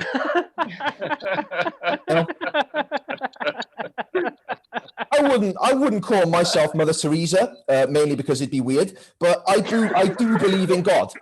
I do. Some people get surprised when they say this, especially when they see how small my flat is and what I look like with my shirt off. Religion's not a particularly cool thing to be up on these days. This upsets me because most critics have never read the Bible, but instead they maybe base their opinions on internet sites or the opinions of their friends who haven't either. It's a shame because if these people took the time to actually read the scripture, they'd find that there's actually plenty of real stuff in there that's worth being down on as well. Then we could talk turkey and brass tacks. We'd probably agree on a lot of things. Look, like I said, I'm a man of God, but the 3rd time I got laid wasn't great. I'm not married, but if I'd chosen to wait until my wedding night to feel the warmth of a woman, I'd have to make sure that the next day was either a Sunday or a bank holiday. Otherwise, that'd be the quickest marriage divorce turnaround in recorded history. Some people look at their misfortunes as a reason to not believe, or to believe that he or she dropped the ball, which I say is fair enough. As a child, I was diagnosed with both dyspraxia and Asperger's syndrome. This was good because they now knew that I wasn't pancaking off the climbing frame on purpose, and it made sense why I was the only kid in class that didn't cry during the Lion King when Mufasa died. People ask me, they say, "Anthony, how can you love an entity that gave you these disadvantages?" First thing I say is, how can a condition that allows me to memorize alphabet aerobics in my sleep be considered a disadvantage? Second thing I say is, it's actually my mother's fault and her mother before that. And third thing, I actually thank them because they made me part of an ever-shrinking class of middle-income white guys that get to carry around the rod for the back that they didn't create themselves. But I don't have many problems. You know, the book itself, honestly, it's pretty freaking boring in parts. Look, when Jesus and the apostles all come together, it's not Avengers Endgame. Jesus ain't Tony Stark and Satan ain't Thanos. You've got the parting of the Red Sea, you've got the walls of Canaan coming down, and you've got a man coming back from the dead, but the parts in between read more like the terms and conditions of an Apple product. I personally think that the Bible is in need of a good editor. Give whoever edited down Harry Potter and the Half-Blood Prince after seeing the size of Order of the Phoenix a few weeks with it, and they'd have Spielberg, Scorsese, and Guy Ritchie killing each other for the movie rights. It'd win an Oscar, and it'd probably only be 160 minutes long. Maybe they could throw the books of Job and Leviticus into the extended Blu-ray version for the hardcore fans. I don't know. Listen, I'm going to get out of here in a minute, but there is just one thing that I need to address, you know, because it's in everybody's face. It's the whole thing about Trump, you know, the thing where he implied that his supporters should inject bleach. I actually think he's seen the light, personally, and is finally using his cunning and his wit for something good. Killing off the dumb sons of bitches that put him where he is in the first place. Because if they're stupid enough to take in his bullshit, then a bucket of Mr. Muscle will look like Kool-Aid by comparison. My name is Anthony. Thank you so much and have a great night. I appreciate it. All right, got two more acts up. So yeah, there's no time to waste. So massive round of applause for Carl Davis. Before he starts, he's doing books with the Welsh language. Like I don't know, what is he, Carl? He's like a dog, is he? Harry the Hound. Harry the Hound. So yeah, check that out. But yeah, Carl Davis, massive round of applause. Yeah. Thank you. And what a week it's been. The US have been inundated with murder hornets. And I've no doubt that the second-degree manslaughter wasps will closely follow. Exciting news. Hamilton is coming to Disney+. I've been really looking forward to seeing this. It's that political musical charting the careers of Neil and Christine. A virtual gig, as I can't share any laughter, much like with my ordinary gigs. I do have this though.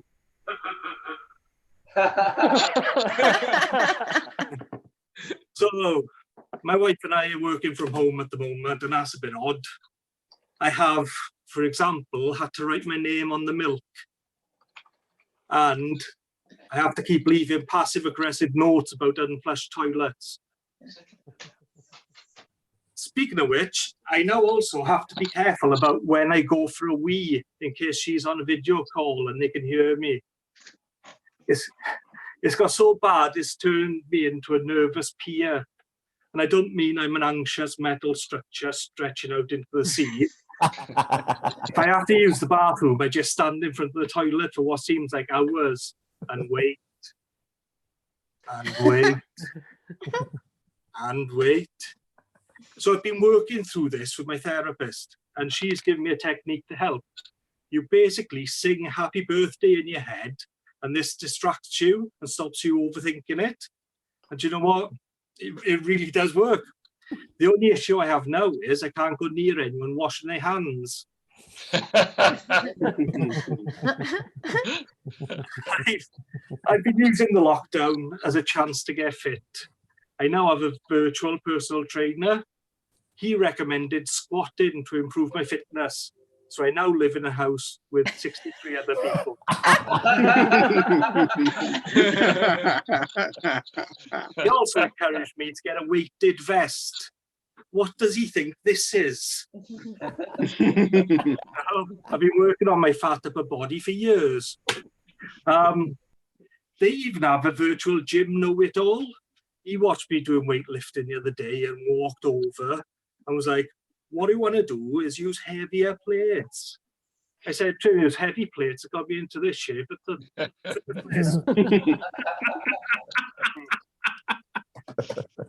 Healthy living has been going so well. I'm thinking of starting up as a personal trainer. I'm going to begin by trying out new routines on Ray and Dave Davis. It's important to work out the kinks before you start. Oh. Yeah. Before the lockdown, I was in the bar at the gym, and a dad came in dressed as Superman with his 2 kids. When he got to the bar, he aggressively said, "Pint for me, 2 Cokes for the kids, but no oranges or lemons. And hurry up, I gotta get back to my mother in an hour." So I thought, what? He took his drink, sat down, come back up, same again, but got a bit more aggressive with the no oranges or lemons. So the barman served him and he went sit down, and the third time he came up and said it, I'd say, "Mate, what's your issue with citrus fruit?" Turns out he's one of those fathers for just ice. Oh, well done. Being in lockdowns meant I've got to watch a load more TV and films. I've nearly finished Netflix. This is going to be weird. Hands up who has Netflix. Hey. And now, keep your hands up if you share your Netflix login with other people. Yeah. My parents share our. Oh no. Oh no. Oh, no. Oh, come on, Kyle. Come on, Kyle. Get out of this. That's his parents getting on Netflix, that is. Yeah. And watch The Crown later. Yeah. Oh, I'm enjoying Come myself. on, Kyle. I've got to play Kyle. Hey! My bar. All right. So I go into my parents' profile and watch documentaries like When Porn Ends 3. So that the next time they go into it, my mother has a go at my father for watching them. You can't do it with anyone. I rewatched Silence of the Lambs the other day. I really do love that film, especially that part. I ate his liver with some fava beans and a nice Chianti. I found out the other day what fava beans are. Broad beans. Liver and broad beans. Basically a crap Sunday dinner with some red wine. Yep. But during the lockdown, my wife and I have been doing online quizzes a lot, but we go on separate teams. My wife had the question the other day, which song starts with the lyric, "She's a good girl, loves her mama," and I could tell she didn't know it. I started going, "Ah, it's free falling, ah," then obnoxiously singing the song. She then had the cheek to accuse me of acting petty. Oh, Beautiful. I've been taking an online course to be a magician, but they've kicked me off it because I messed up one of the classic tricks. I made someone run the length of Mumble's prom, screaming obscenities of that metal structure stretching into the sea. How was I supposed to know that wasn't how you make someone disappear? Oh. Oh. Thank you. And on that note, thanks a lot. I've been Kyle. Enjoy the rest of the evening. Awesome. Carl Davis. Hey. All right. The best part of that was the suspense he kept us in when he got off with but like it was like almost like movie type theatre style suspense. That was brilliant, though, Carl. Fair play. That was really good. All right. So we've got one more act on for the next section. So massive round of applause. Keep it going. Well, let's say keep it going. We had stopped, didn't we? But sorry, a round of applause. Hey. Hello, Thomas. Hey. Hey. Hello there. How are you? Good. Good. Good. Hello. I'm in my bedroom. I'm hoping that this will be my strongest performance in the bedroom ever tonight. It's lovely to be here on Zoom. The only thing that Zoom's done in this lockdown is reinforce how much weight I put on with a camera facing me. Zoom's been fantastic. I've done a lot of Zoom quizzes. I tried a little thing out a couple of weeks ago where someone sent me a code for a Zoom. So I thought I'd have a little bit of fun and just enter a random code.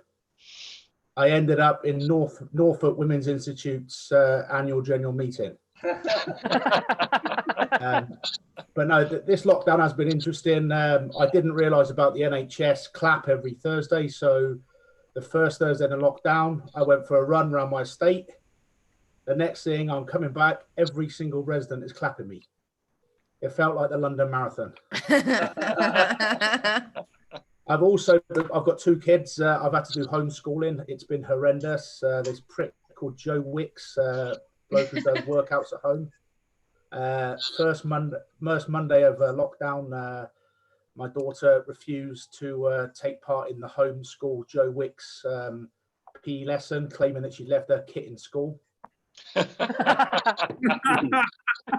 I will tell you a bit about myself. A lot of you don't know me. Obviously, I share my name with a famous sports star.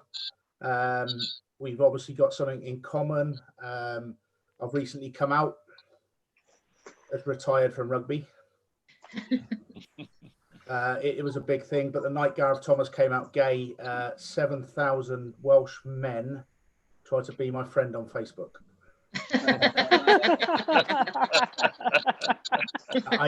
It was amazing. I've been booked for gigs, not just around South Wales in rugby clubs. They booked Gareth Thomas. They've been absolutely devastated when I've turned up. And people have said, "God, this guy's let himself go since he finished playing rugby." But no, it's a pleasure to be here. Obviously, virtually. As I said, I've been on a bit of a health kick this lockdown.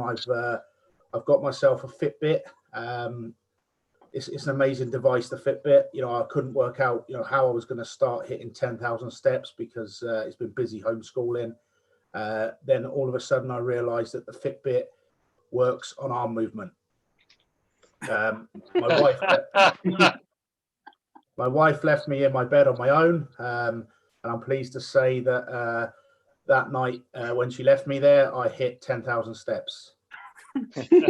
I should confirm to you that a Fitbit isn't waterproof.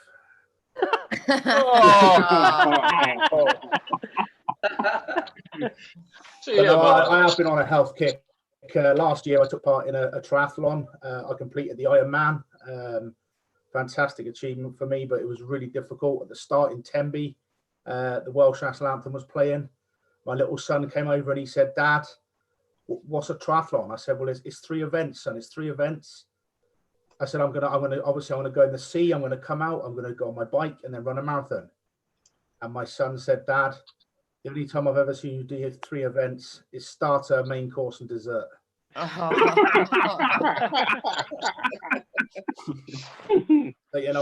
have been on a big health kick. I'll be honest with you, and I joined this cult of people. We can't meet at the moment because of social distance in Slimming World. I joined Slimming World. I was the only man in the group. I walked in with my son for moral support, and he said, "Dad, what are we doing at Slimming World?" I said, "Dad's going to lose his belly."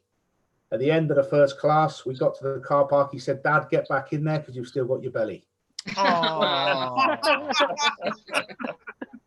But it was terrible at Slimming World. I'll be honest with you, I went away on a stag do and I put on a lot of weight. I put on a stone in a week. It was horrendous. I went back to Slimming World. I'd let the girls down in the group. And, I said, "Look, it's really unfortunate I've put on a stone this week, but it's okay. It's my star week." I never realised till someone told me that star week was a woman's period. But before I go, I'll just let you know that I've recently, as I said, been on a bit of the health kick, and I have joined a gym. It was a big thing for me. I joined the gym where I live, and there's this personal trainer there, and he gave me all this program and how to lift this and lift that. And I don't know why he gave me it, because on the way out, my favourite machine is right by the door. I press K9 and a Kit Kat dropped down. I've been Gareth Thomas, and thanks for having me, Ruffaz, and fantastic evening ahead. Thank you very much. Gareth Thomas. Hey. Hey. All right. Well, it's break time. A couple of things following that section. Like Matt Hancock was mentioned by Anthony Pizzola. You may not know that Matt Hancock, the surname Hancock, actually derives from a ye olde Anglo-Saxon name meaning wanker. Yeah. There was an, oh yeah, what Will Smith's albums have you got, Anne? He's not there. He's not there. All right. Right. Millennium. Millennium. Millennium. Millennium. Oh, So I've got- Millennium. Oh, fantastic. Yes. So I get you one of that for the break? No, I'm going to play drum and bass. Hang on. Have your peas, whatever. It's get your drinks. We're going to come back and we're going to have Nathan Caton, the amazing Nathan Caton, and 2 more acts. In the meantime, as well, yeah. Donate to Just Giving /fundraising /rough-in-the-oak. No, rough house. Rough, you're going to do it again. Fundraising /joke-in-the rough house. I've posted the link in the YouTube chat if it's easier to click on for people. Oh, awesome. Thanks, Sophie. Oh, wicked. Dash. Yeah, thanks. Tom is asking about playing a song, and I know he'll sulk if we don't give him some attention. Yeah, of course. Go for it, Tom. Attention! Do we want a song, ladies? Get your chords out, Tom. Do you want a song? I'll get my chords out for the proverbial lads. So yeah, do we want a song? Yeah. Song, Tom. If you want a song, Of course we okay. do. So I'll write and sing a song. I wrote this one a little bit. In fact, I wrote this song a long, long time ago. I can still remember how that music used to make me smile. And I know if I had my chance that I could make those people dance. Maybe they'd be happy for a while. But February made me shiver with every paper I delivered. Bad news on the doorstep. I couldn't take one more step. I can remember if I cried when I read about his widow bride. Something touched me deep inside.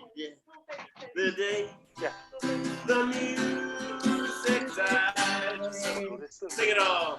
So we were singing bye Miss American Pie. No Good old boys drinking whiskey and wine, singing the day that I died. This will be the day that I die. I'm only doing one more verse, by the way, and then I'm not, because this song Good, because it's about 50 minutes long. That's love, do you have faith in God above? If the Bible tells you so. And just remember, if you do sing along, remember that there is a half-second delay. So, do you believe rock and roll? Can music save your soul? Can you teach me how to dance real slow? Well, I know that you're in love with him. I saw you dancing in the gym. You both kicked off your shoes. And I didn't know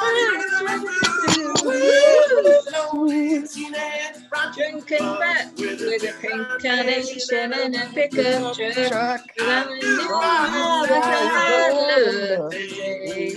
a music died. So we were singing American Pie. Oh, Chevy, Chevy, Just die. Drinking whiskey and wine, singing this will be the day that I die. This will be the day that I die.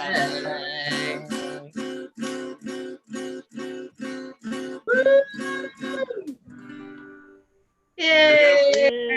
That was a good one, Tom. I thought I'd sing something upbeat for you now. Yay! And if anyone says we weren't singing properly, that's racist. I do like that Tom speeds up when we're all trying to, and then he'll speed up a bit. Well, got to keep you on your toes, haven't you? I never told you to sing along, and neither should you have. Right, so... I think I realise I don't miss karaoke as much as I thought I did.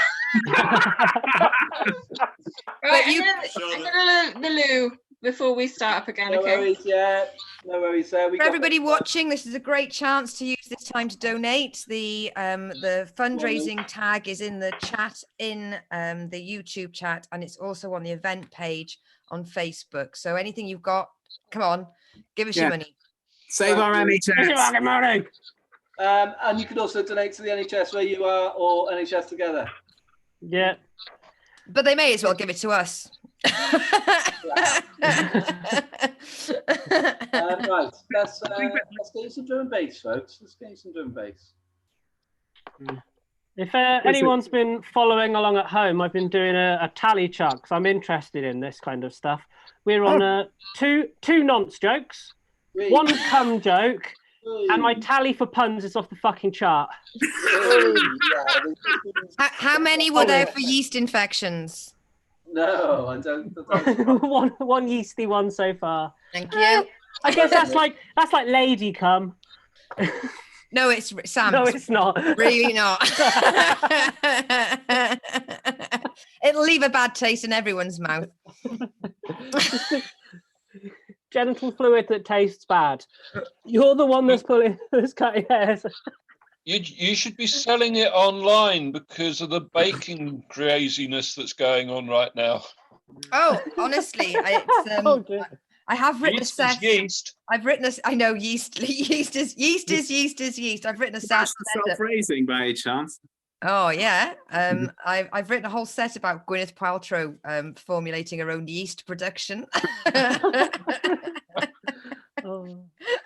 Something to do during the lockdown. Orchard sourdough. Oh, TM. I want to see an advert in that. I've had a cracking time so far. I really can't wait to see the other comedians coming up. Well done, guys. Yeah, this is I've got a tagline for you, Lisa. Orchard sourdough. Orchard sourdough. Bread to be good. Oh. No, yeast is inbred. You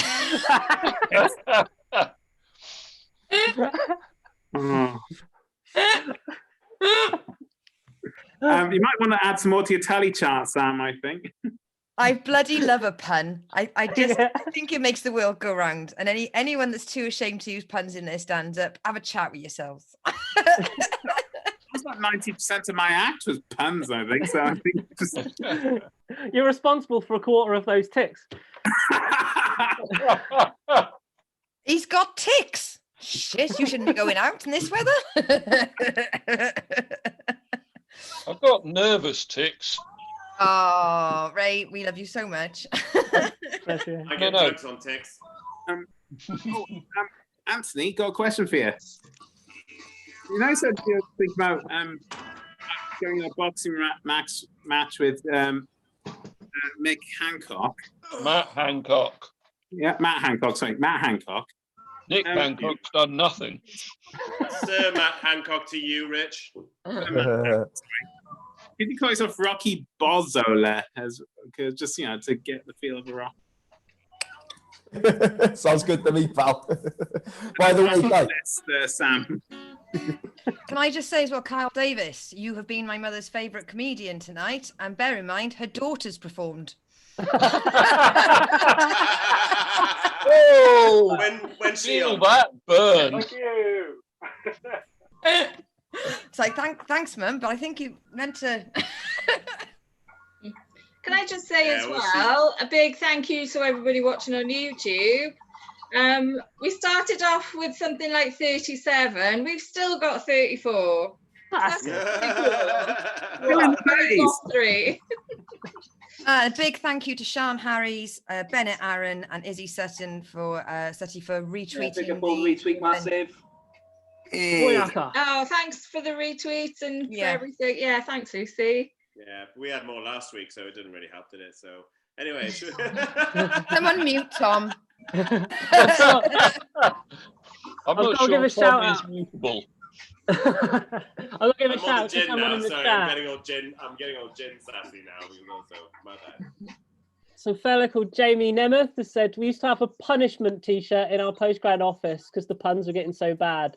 The latest punch I had to wear it until a worse pun was made. I like that. This should be a drinking game. Yeah. Kyle Davis, another update. My brother agrees with my mother.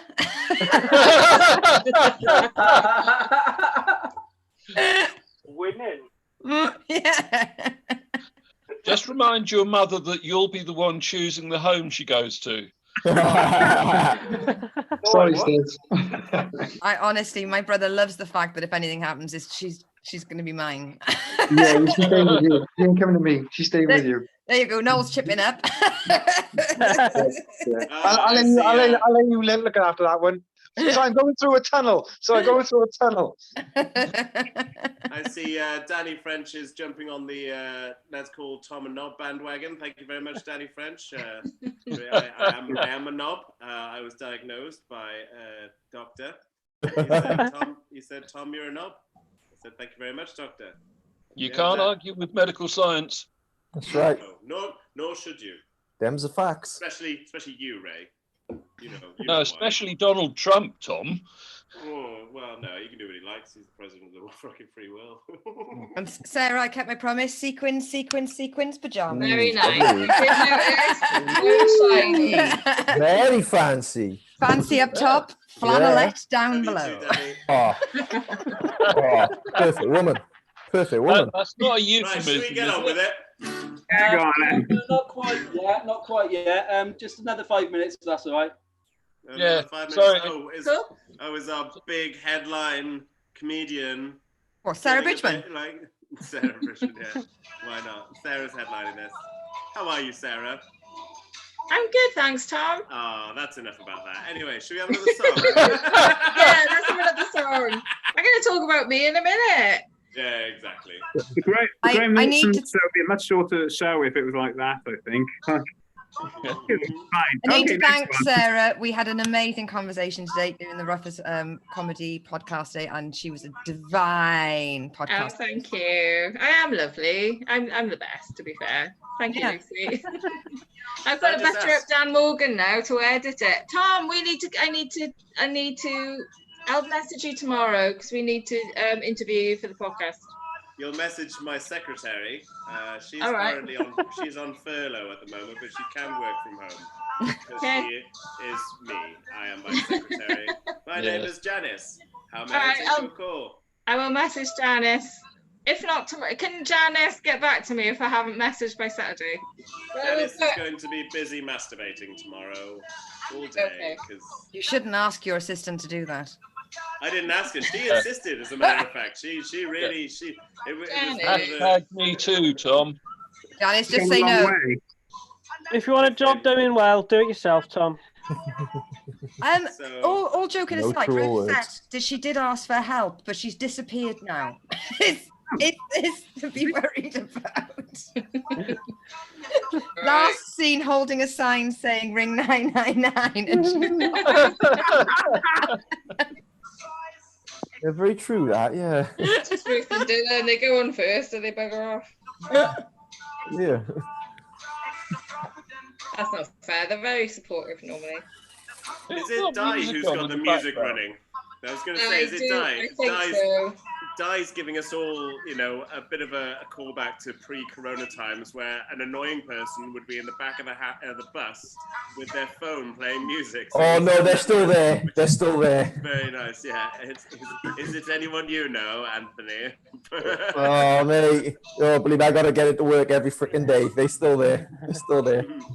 Get on the bus from the day bar, smoke a reefer in the corner. That's such a fucking good thing. Fucking wow, mate. I don't know if I'm going to be doing the Wow. roundup because I think Di's got a cob on or whatever. But your Anthony, I will just say this right now that the start of your set reminded me. It reminded me of one of those videos you see, like from people who are like, and if this person fucking thinks they're gonna have another fucking thing coming, when they're doing like that fight, like that hype opener, Yeah, on man. like but they only do it on a Nokia Oh, 7210. I gotta sell tickets for the fight, mate. I gotta hype it. Do you know what I mean? Yeah, man. Yeah. I was just sitting there. I was just like, this is just like that. Yeah. I want some BG Media-esque shout-outs from Bazzola for this fight. Telling you, mate. I'll have a sponsorship, mate. Do you know what I mean? I'll get all the comedy nights and get him on my robe. Get him on my robe when you come to the ring, like. Sponsored by Soap Bar. You got it. Soap Bar. Gets you a little high, and it's got pieces of plastic in it. A big shout out to all the American viewers. I really hope you've understood what we said. That's a shout, guys. That's why we have Reese. Who's gone? Reese is gone as well. Yeah. Flake. I reckon let's start again, is it? Yeah. Yes. Let's get on with it. Come on, Tom. We must have fixed Go, COVID Tom. by now. Hello. Hey. We do the sound on you. All right. So we're entering the final section of Joke in the Rough As. Emotional, guys, it's been emotional, but we're getting there. We're in the final section. So, right. Let's just start off with a little joke. It's a good time to start. Way to start off with a joke. Why not? That's what they always say. I hate doctors. Controversial. No, the BBC fucking TV program that's on after the news. It's fucking shit. Whenever I try and whenever the doctors comes on, I'm like trying to really just grab the remote and fucking turn it off. But I'm watching it in anticipation now, waiting for the bloody COVID episode. It's gonna be fucking great TV, that. Right. COVID bitch left the bridge. All right, so yeah. Okay, yeah. We're gonna get on to our final little section now. The next lady coming up, she's an absolute legend of the Cardiff scene. None of us would be, some of us might be doing what we're doing without her, but a lot of us wouldn't be doing what we're doing without her. And Rafaz. So I don't know. Let's have one last anthem sing for Rafaz, please, before we go on to the final section. Stand up, everyone up. Come on then. Me? Everyone up. No, not you, Sarah. You sit down. You sit down, Sarah. Look, Sarah. I won't see me, but I'll just do this. Right. I'm the queen. My penis is standing up for me. Right. Good. As long as it's not standing up for me, Tom. We're all Rafaz.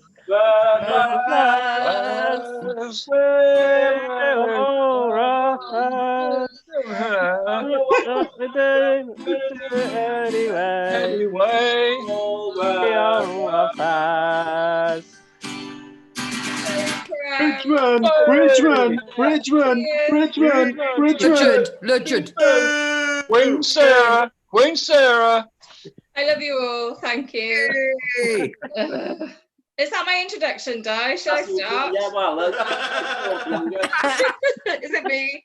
Oh, thank you. Thank you so much. Thank you, everyone. Yes, it is I. It's all down to me that any of you are doing comedy. No, thank you. No, thank you so much, and thanks to anyone that supports Rafaz. 5 years I've been doing it. I've heard more knob gags than I care to mention.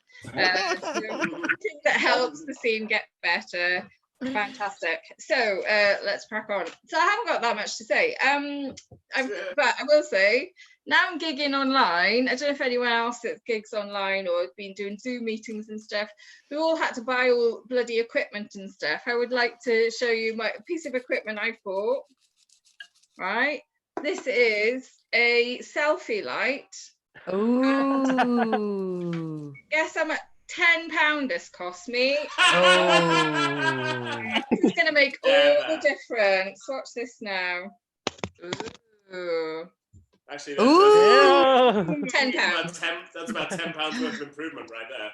Oh, thank you. And even better, brighter, yeah, and the brightest, but I can't see it.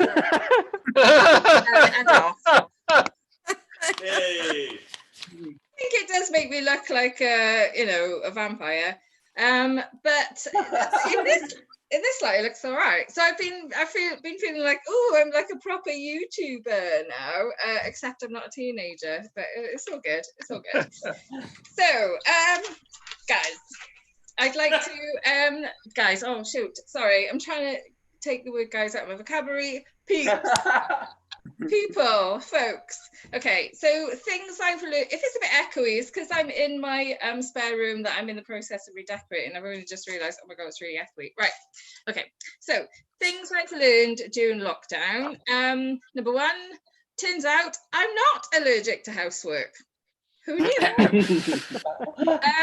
Some items of clothing that are no longer essential, I've discovered. Number one, anything dressy, don't bother, no point. Literally, shoulders down. Bras, yeah, only applicable to most women. And anything that adorns your bottom half, basically, you know, don't bother. I'm totally naked from the waist down right now. Just for you, Tom.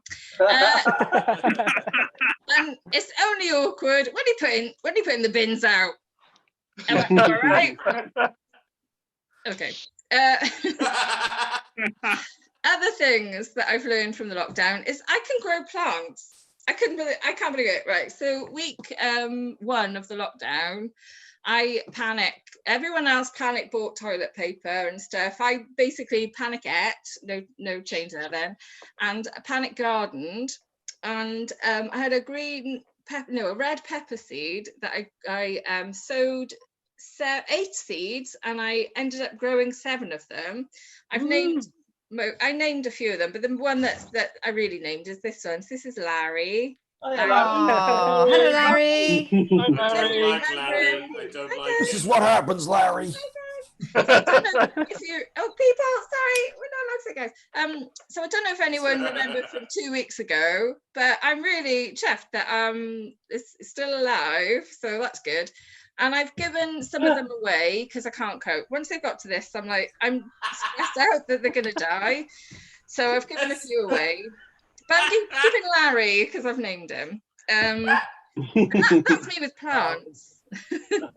What are farmers like? How can farmers do what they do to their animals when I'm like, I can't give my plants away? But, you know, they learned it there. So anyway, controversial. Other things that I've learned on lockdown, it's taken me exactly 7 weeks to rethink my policy on hugs. Now, if you don't know me, I'm not keen on hugs. I don't mind hugs from people I know, and I'm aware that we might be having a hug. Thanks for the virtual hug, Lucy. There's someone I don't know, or someone who's very drunk, and they're only hugging me because that's the only form of bodily contact they've had all year. Not a fan, not a massive fan. But it's taken me 7 weeks to go, do you know, I would actually hug someone. So that's how bad it's getting now, guys, people, folks. Other things, you can teach an old dog new tricks.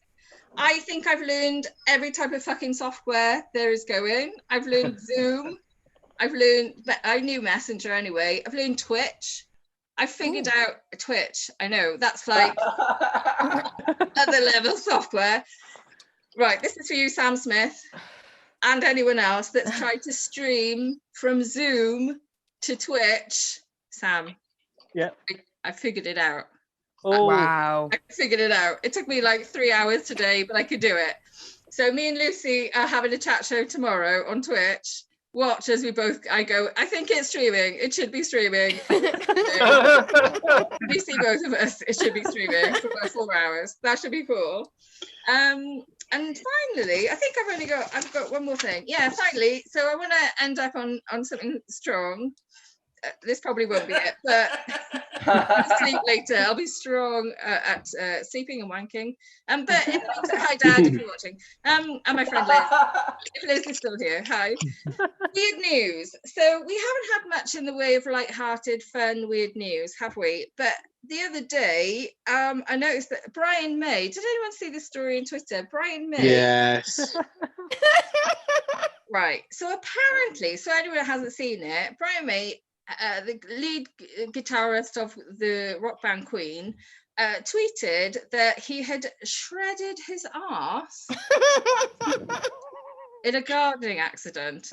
Now, I can't pretend to be an expert, but I've never shredded, apart from like, if I did months of gardening, it'd be shredded, but in a good way. But he was like,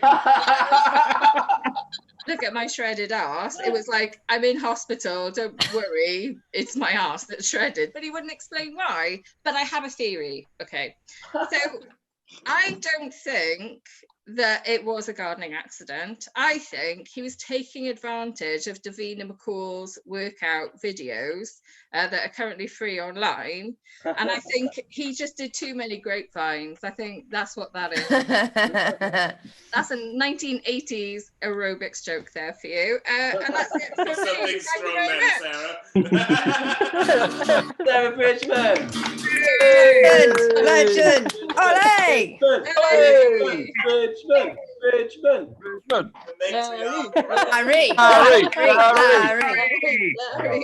Thank you very much. I don't like Cheers, Sarah. Sarah Bridgman. Sarah Bridgman. Thanks, Di, for all the hard work you put into this. No, my pleasure, my pleasure. All right, we got two more acts on, and you know who the second act is. The first act now, well, not the first one, but the second. Well, whatever. I don't know. I've lost track. All right, but the middle act of this section is he's another friend of the show. Only the second friend of the show for the night, guys. You and I are friends of the show. Everyone else is a mortal enemy and shall die on the morn. This next act, he's a lovely boy. He's a fellow Cardiffian, and he's doing basically podcasts, the Hungover podcast. So when you've been out on the slash and you're feeling rough the next day, you need to check into Jakey Boy. All right. So coming up, massive round of applause. Put your hands together. Jake Cornford, the amazing Jake Cornford. Yeah. Hello. Good. Hello, yeah, I'm Jake. You'll just before we start, you'll have to excuse me if I sort of look a bit preoccupied or a little bit nervous at times. It's nothing to do with the performance. It's just this whole thing is very reminiscent of chat roulette, so I'm having flashbacks. Like fucking Vietnam, so you'll have to just bear with me if you see me like freeze up a little bit. For those of you that don't know what chat roulette is, or for those of you that do know and have decided to block it from your memory, and probably for the best, but let's digress. Chat roulette was it was like a website and a chat room we used to go on back in the day when we were in school. And the whole premise was you'd click the button and it would find a total stranger from anywhere in the world, and it would connect you together. You could see each other on your webcam and have a conversation. And which sounds like, oh yeah, that's quite interesting. What, it could be someone from a totally different country, someone on the other side of the world from a totally different culture. And it could be a meeting of two minds where you pick each other's brain and have a really serious conversation. But of course, it was just overrun with loads of old blokes wanking. That was literally what it was. And then there's me and my mates at 13 years old, like, oh, this is hilarious. What? Nah, this definitely won't fuck us up. We'll be fine. Yeah. And we put ourselves through this trauma, and I'll tell you what it was, because as horny 13-year-old boys, there were whispers from the older lads in the back of the bus that somewhere on chat roulette there were these mythical creatures, these women that would, if you found them, would get their tits out. So literally desperate 13-year-old lads just wading through old cock after old cock to get the chance to just a little bit of tit, just a whiff of areola. We're just like, yeah. Is that another? Oh, that is another old bloke's cock. Yeah, next. But I think by the end we kind of enjoyed the sort of thrill of the chase. So you got to commend us for that. I think we were thorough, if anything. So I was working on the material for chat roulette recently, obviously, and I was like, I wonder if chat roulette is still a thing. I wonder if it's still going. So go online, type it in, and lo and behold, There it is, chat roulette. It's still there. And I'll tell you what, it was so nice being the old bloke wanking for once. I've come full circle. I've earned my stripes.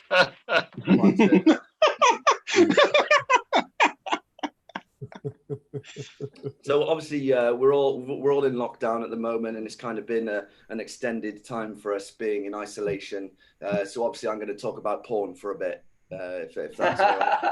But it's less about like the porn itself, and it's more of maybe just like a bit of advice. Because whenever I watch porn, I have a rule, because nothing's sexier than rules. But the rule is, if you're going to watch porn, only watch a porn video in which the title of that video you don't mind being read out in a court of law. You just got to be careful these days, because people use any information against you. You know, you see it. It's like celebrities get brought up in the tabloids or in the media, like someone's found some old tweet of theirs from when they were like a teenager, and they said something about so and so, and they get dragged through the muck. But if I get famous, they're definitely going to bring up that tweet I made from like 2008, where it might have seemed that I made a certain comment about a kid in a wheelchair that was in my high school. And like, not proud of it. That was like over 10 years ago. I was a child, you know, I was young, I was immature. But to be fair, that kid was a massive prick. Do you know what I mean? He just happened to have cerebral palsy, but that's not an excuse. Do you know what I mean? It was ages ago. So you got to be careful. That's what I'm saying. Got to watch out. Like, you got to watch for your digital footprint. I think that's what they call it. You know, you end up going to court for unpaid parking fines. You know, you find yourself in the dock, and the judge will say, "Mr. Cornford, would you say you are a respectable and upstanding member of our society?" And I'll say, "Yes, Your Honour. Yes, I am." Interesting. Answer me this, Mr. Cornford. Would a respectable and upstanding member of our society watch videos such as "Filthy teen slut gets fucked in both holes by disappointed stepfather"? Or something like that, you know, just an example. I'll pluck that one out of the air. But at that point, you're absolutely screwed, because unpaid parking fines or not, you know, revenge porn is not a good look. So ideally, what you want to be watching is you want to be watching videos like loving couple have sex to celebrate wedding anniversary. Do you know what I mean? You're like safe there. There's no weird undertones or like anything that would reveal any underlying personal issues or anything like that. But obviously, it's a lot harder these days, because gone are the days of like the funny film pun like porn titles. You know, like Da Vinci Load, Forrest Hump, Shaving Ryan's Privates, Toy Story. You know what I mean? And that's just a couple starring Tom Wanks. So, yeah, well, that's just a bit of advice. And yeah, I'm going to end on a wank joke, I'm afraid. Cheers. Thanks very much. Blemish virtual record. Lovely stuff. Ladies and gents. All right. Okay.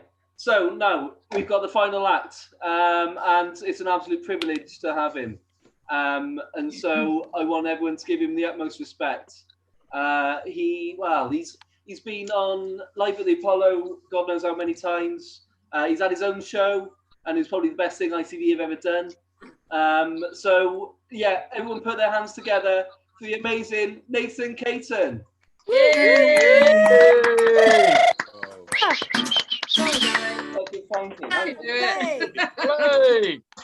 Technical issues. I've been good at doing this up until now, and it's fucking main act. Hang on, Nathan, bear with me. Caton!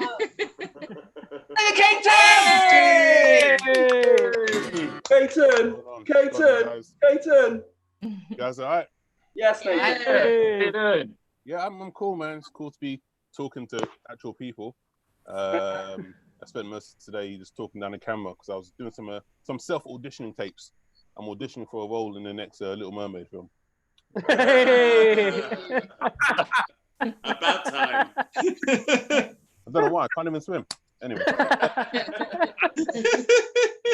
Hope you guys are all cool in this very surreal, this coronavirus, I Am Legend type world we're now living in.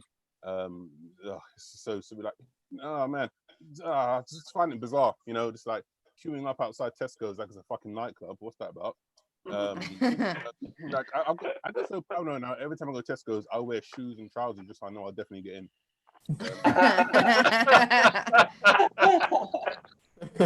When I do get in, I kind of half expect to see a group of women barefoot dancing around their bags for life, you know.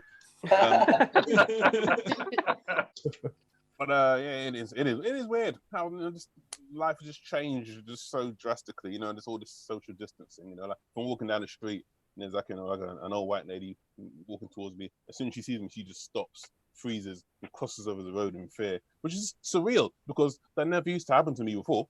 It happened to me the other day. It was a white dude, an old white man, right? And he crossed over the road. And just for a laugh, I shouted out, "Is it because of coronavirus or because I'm black?" And he didn't get the joke because he just went, "Both."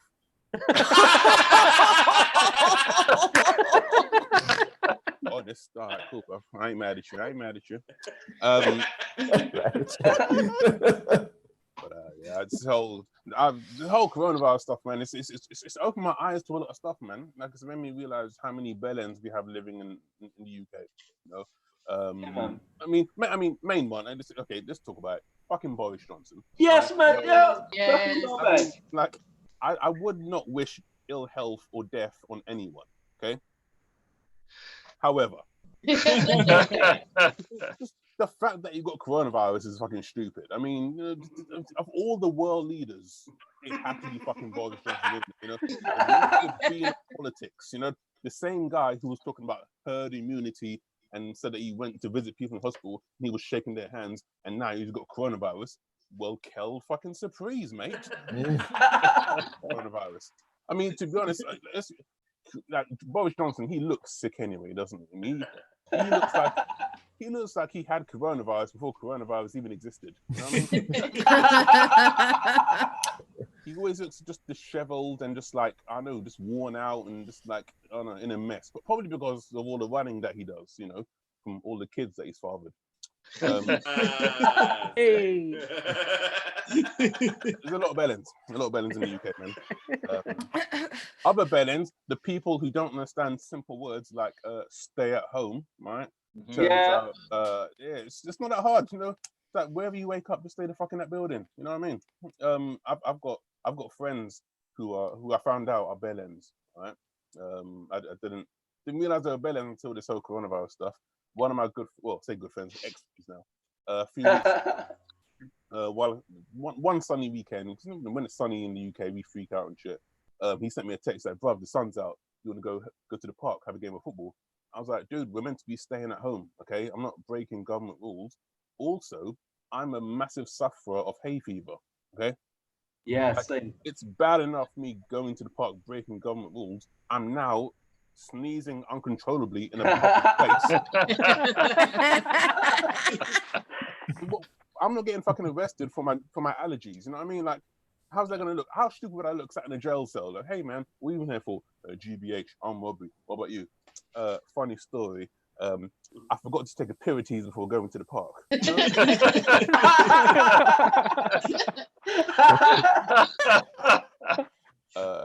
Yeah, little dickheads. Also, the hoarders. Who the fuck are these people who are buying like all the fucking toilet rolls and shit? Like buying 200 toilet rolls in one go. Like, why do you need so much? Like, I mean, from what you're doing, I can clearly see that you're full of shit. But how many physical assholes do you have that warrant that much toilet roll? You know what I love to do? I love to find one of these guys, right? Find out where they live, go to the front door, and take a massive shit on the front door. And then they go, "What are you doing?" I'll be like, "Well, you go to the toilet roll, you clean it up, right?" You know? Buying toilet roll and fucking flour as well. It's like the whole nation auditioning for Great British Bake Off all of a sudden. Like, there's no flour is so scarce. Flour is so scarce at the moment, right? If you see a dealer standing on a street corner with a little bag of white powder, it's not always drugs. You know what I mean? Like, seriously. Mate. But anyway, figure that I'm at home in lockdown with my girlfriend. Yeah, my life. I mean, I don't know if any of you guys are with your partner. If you are, then you've probably done what I've done, where during this lockdown, you've caught yourself looking at your partner thinking, I love you, but can you just fuck off?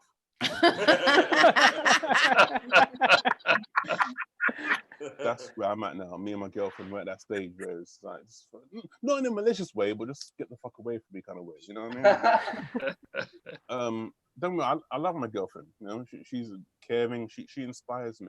In fact, she inspired me to take up poetry, which I've taken up during lockdown. It's one of my newfound hobbies. I've taken up poetry. I've written a poem I'd like to share with you guys. Right? It's dedicated to all the couples who are in lockdown together, and the poem is actually called "I Love You, but can you just fuck off now, please?"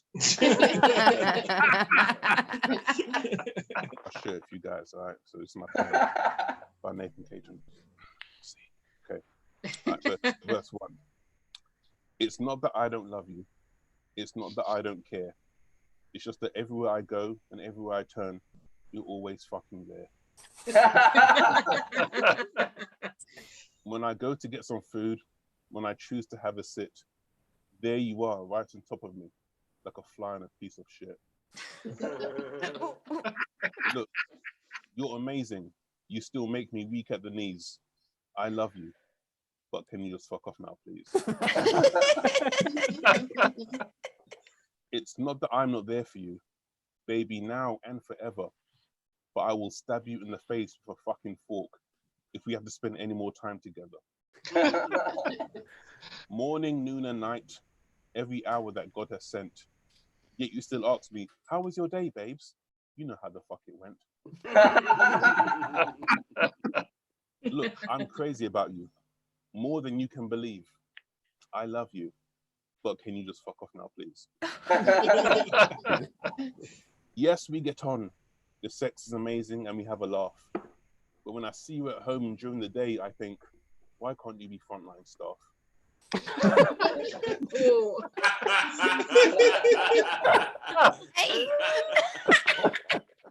A doctor, a nurse, or in a supermarket packing a shelf. Something that gets you the fuck out of the house so I can have it all to myself. Sometimes I lock myself in the bathroom, not pooing or peeing, just getting some peace. I love you, but can you just fuck off now, please? Before the lockdown, I used to look at you and think, I'm so lucky, I don't deserve her. But now I look at you and I think, I'm gonna do time for murder. Go for a walk, get some exercise, take a stroll around the block. Take your time though, don't rush back. Enough time for me to change the locks.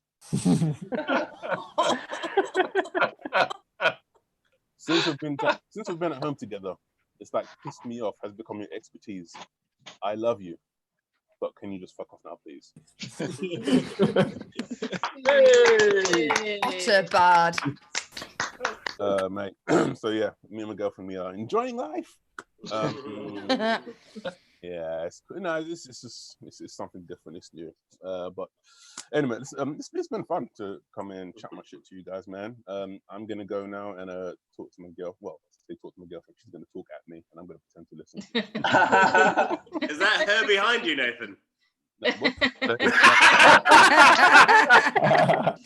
Caton! Caton! Yay! Hey!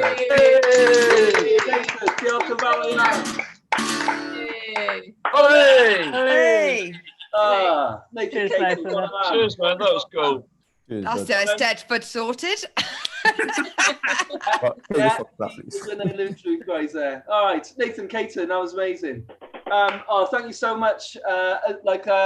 It's been emotional, guys. It really has. It's just one of those nights you just don't know what's going to happen, and then we end up doing it, and everything's all right. And thanks very much, everyone, for coming along. It's been emotional. I don't know how much we've raised. I'm going to get my phone with the phone. Hang on. I'll have a look now, Di. You carry on. Thank you, Di, and thank you, Sarah. I need to thank all the acts Thank you. in that final section. All right, so Sarah Bridgman.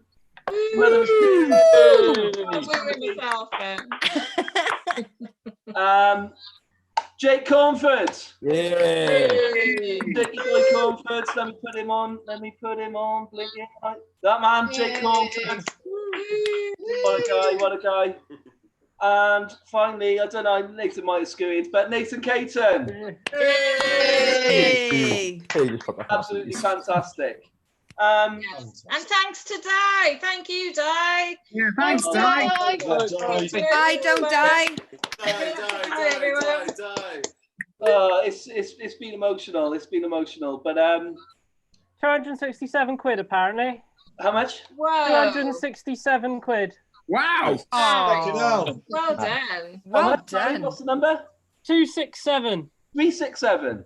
267. Well, fucking hell. Danny French has put it on the chat on, Thanks, Danny. on YouTube. Thank you, Danny. Round of applause for everybody that's donated, guys. Yes, thank you so much. Thank you so much. So much. Hey! Hey! I'm off to go drink. Yeah, as I say, it's been an See you, emotional. see you in a couple of weeks. Yeah, cheers, guys. But I just want to say thanks to all the key workers and everyone who works on the golf course or in what else is open? Garden centres. Garden centres. Oh yeah. And our local tip. Hey. Well, I'm going to put on some drum and bass. Put on some drum and bass. Leave you with some B. I'll put it on quiet so we can have a little chat. Yes. I'm trying to get the host back so I can stop the live stream. But just to say thank you to everyone that came and watched. Thank you, Di, for setting up. Thanks for everyone that performed. We're going to stay and have a chat now. So if anybody wants the number for the Zoom room and you know me, you can message me or message Di for it. And we'll hang out for a bit if you guys, for as long as you guys want, or 11 p.m. Whatever comes first. Whatever comes first. Yeah. Yeah. So thank you. Get your Larry out. 8 weeks of lockdown now. Get Larry lockdown out. All right, Larry. There Hey. he is. There's Larry. Your homework, Larry. Is Larry writing the set? You writing the Is this- set, Larry? Is this your set, Larry? He's shy. He's too shy, Ray. He's only started out in the career, but it'll grow. He's a grower. He's a grower. Boom boom. He will pepper his set with puns. He will. I'm running out of You room. and I should write something, Lucy. Oh, we could do that tomorrow on our show at 3:30 on Twitch. Yes. Have you taken it back, sir? Do you know what the great thing is with Larry? Is if your internet's going down, he's a great router. Oh. I salute you, sir. 8 weeks old. I think we should leave it now. Oh. Hey. Before you cradle him fell. 267. That's brilliant, guys. Well done. Right. Yeah. Because Split how many ways? Amazing. How many ways do you split that now? Well, over the last joke in the rough house and this one, we've raised nearly 500 quid. Well, great. Lights out. It was 250 last time, and call it 270 this time. And there might be a bit more.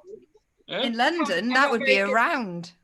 £485 we've raised, so not far off 500. Well done.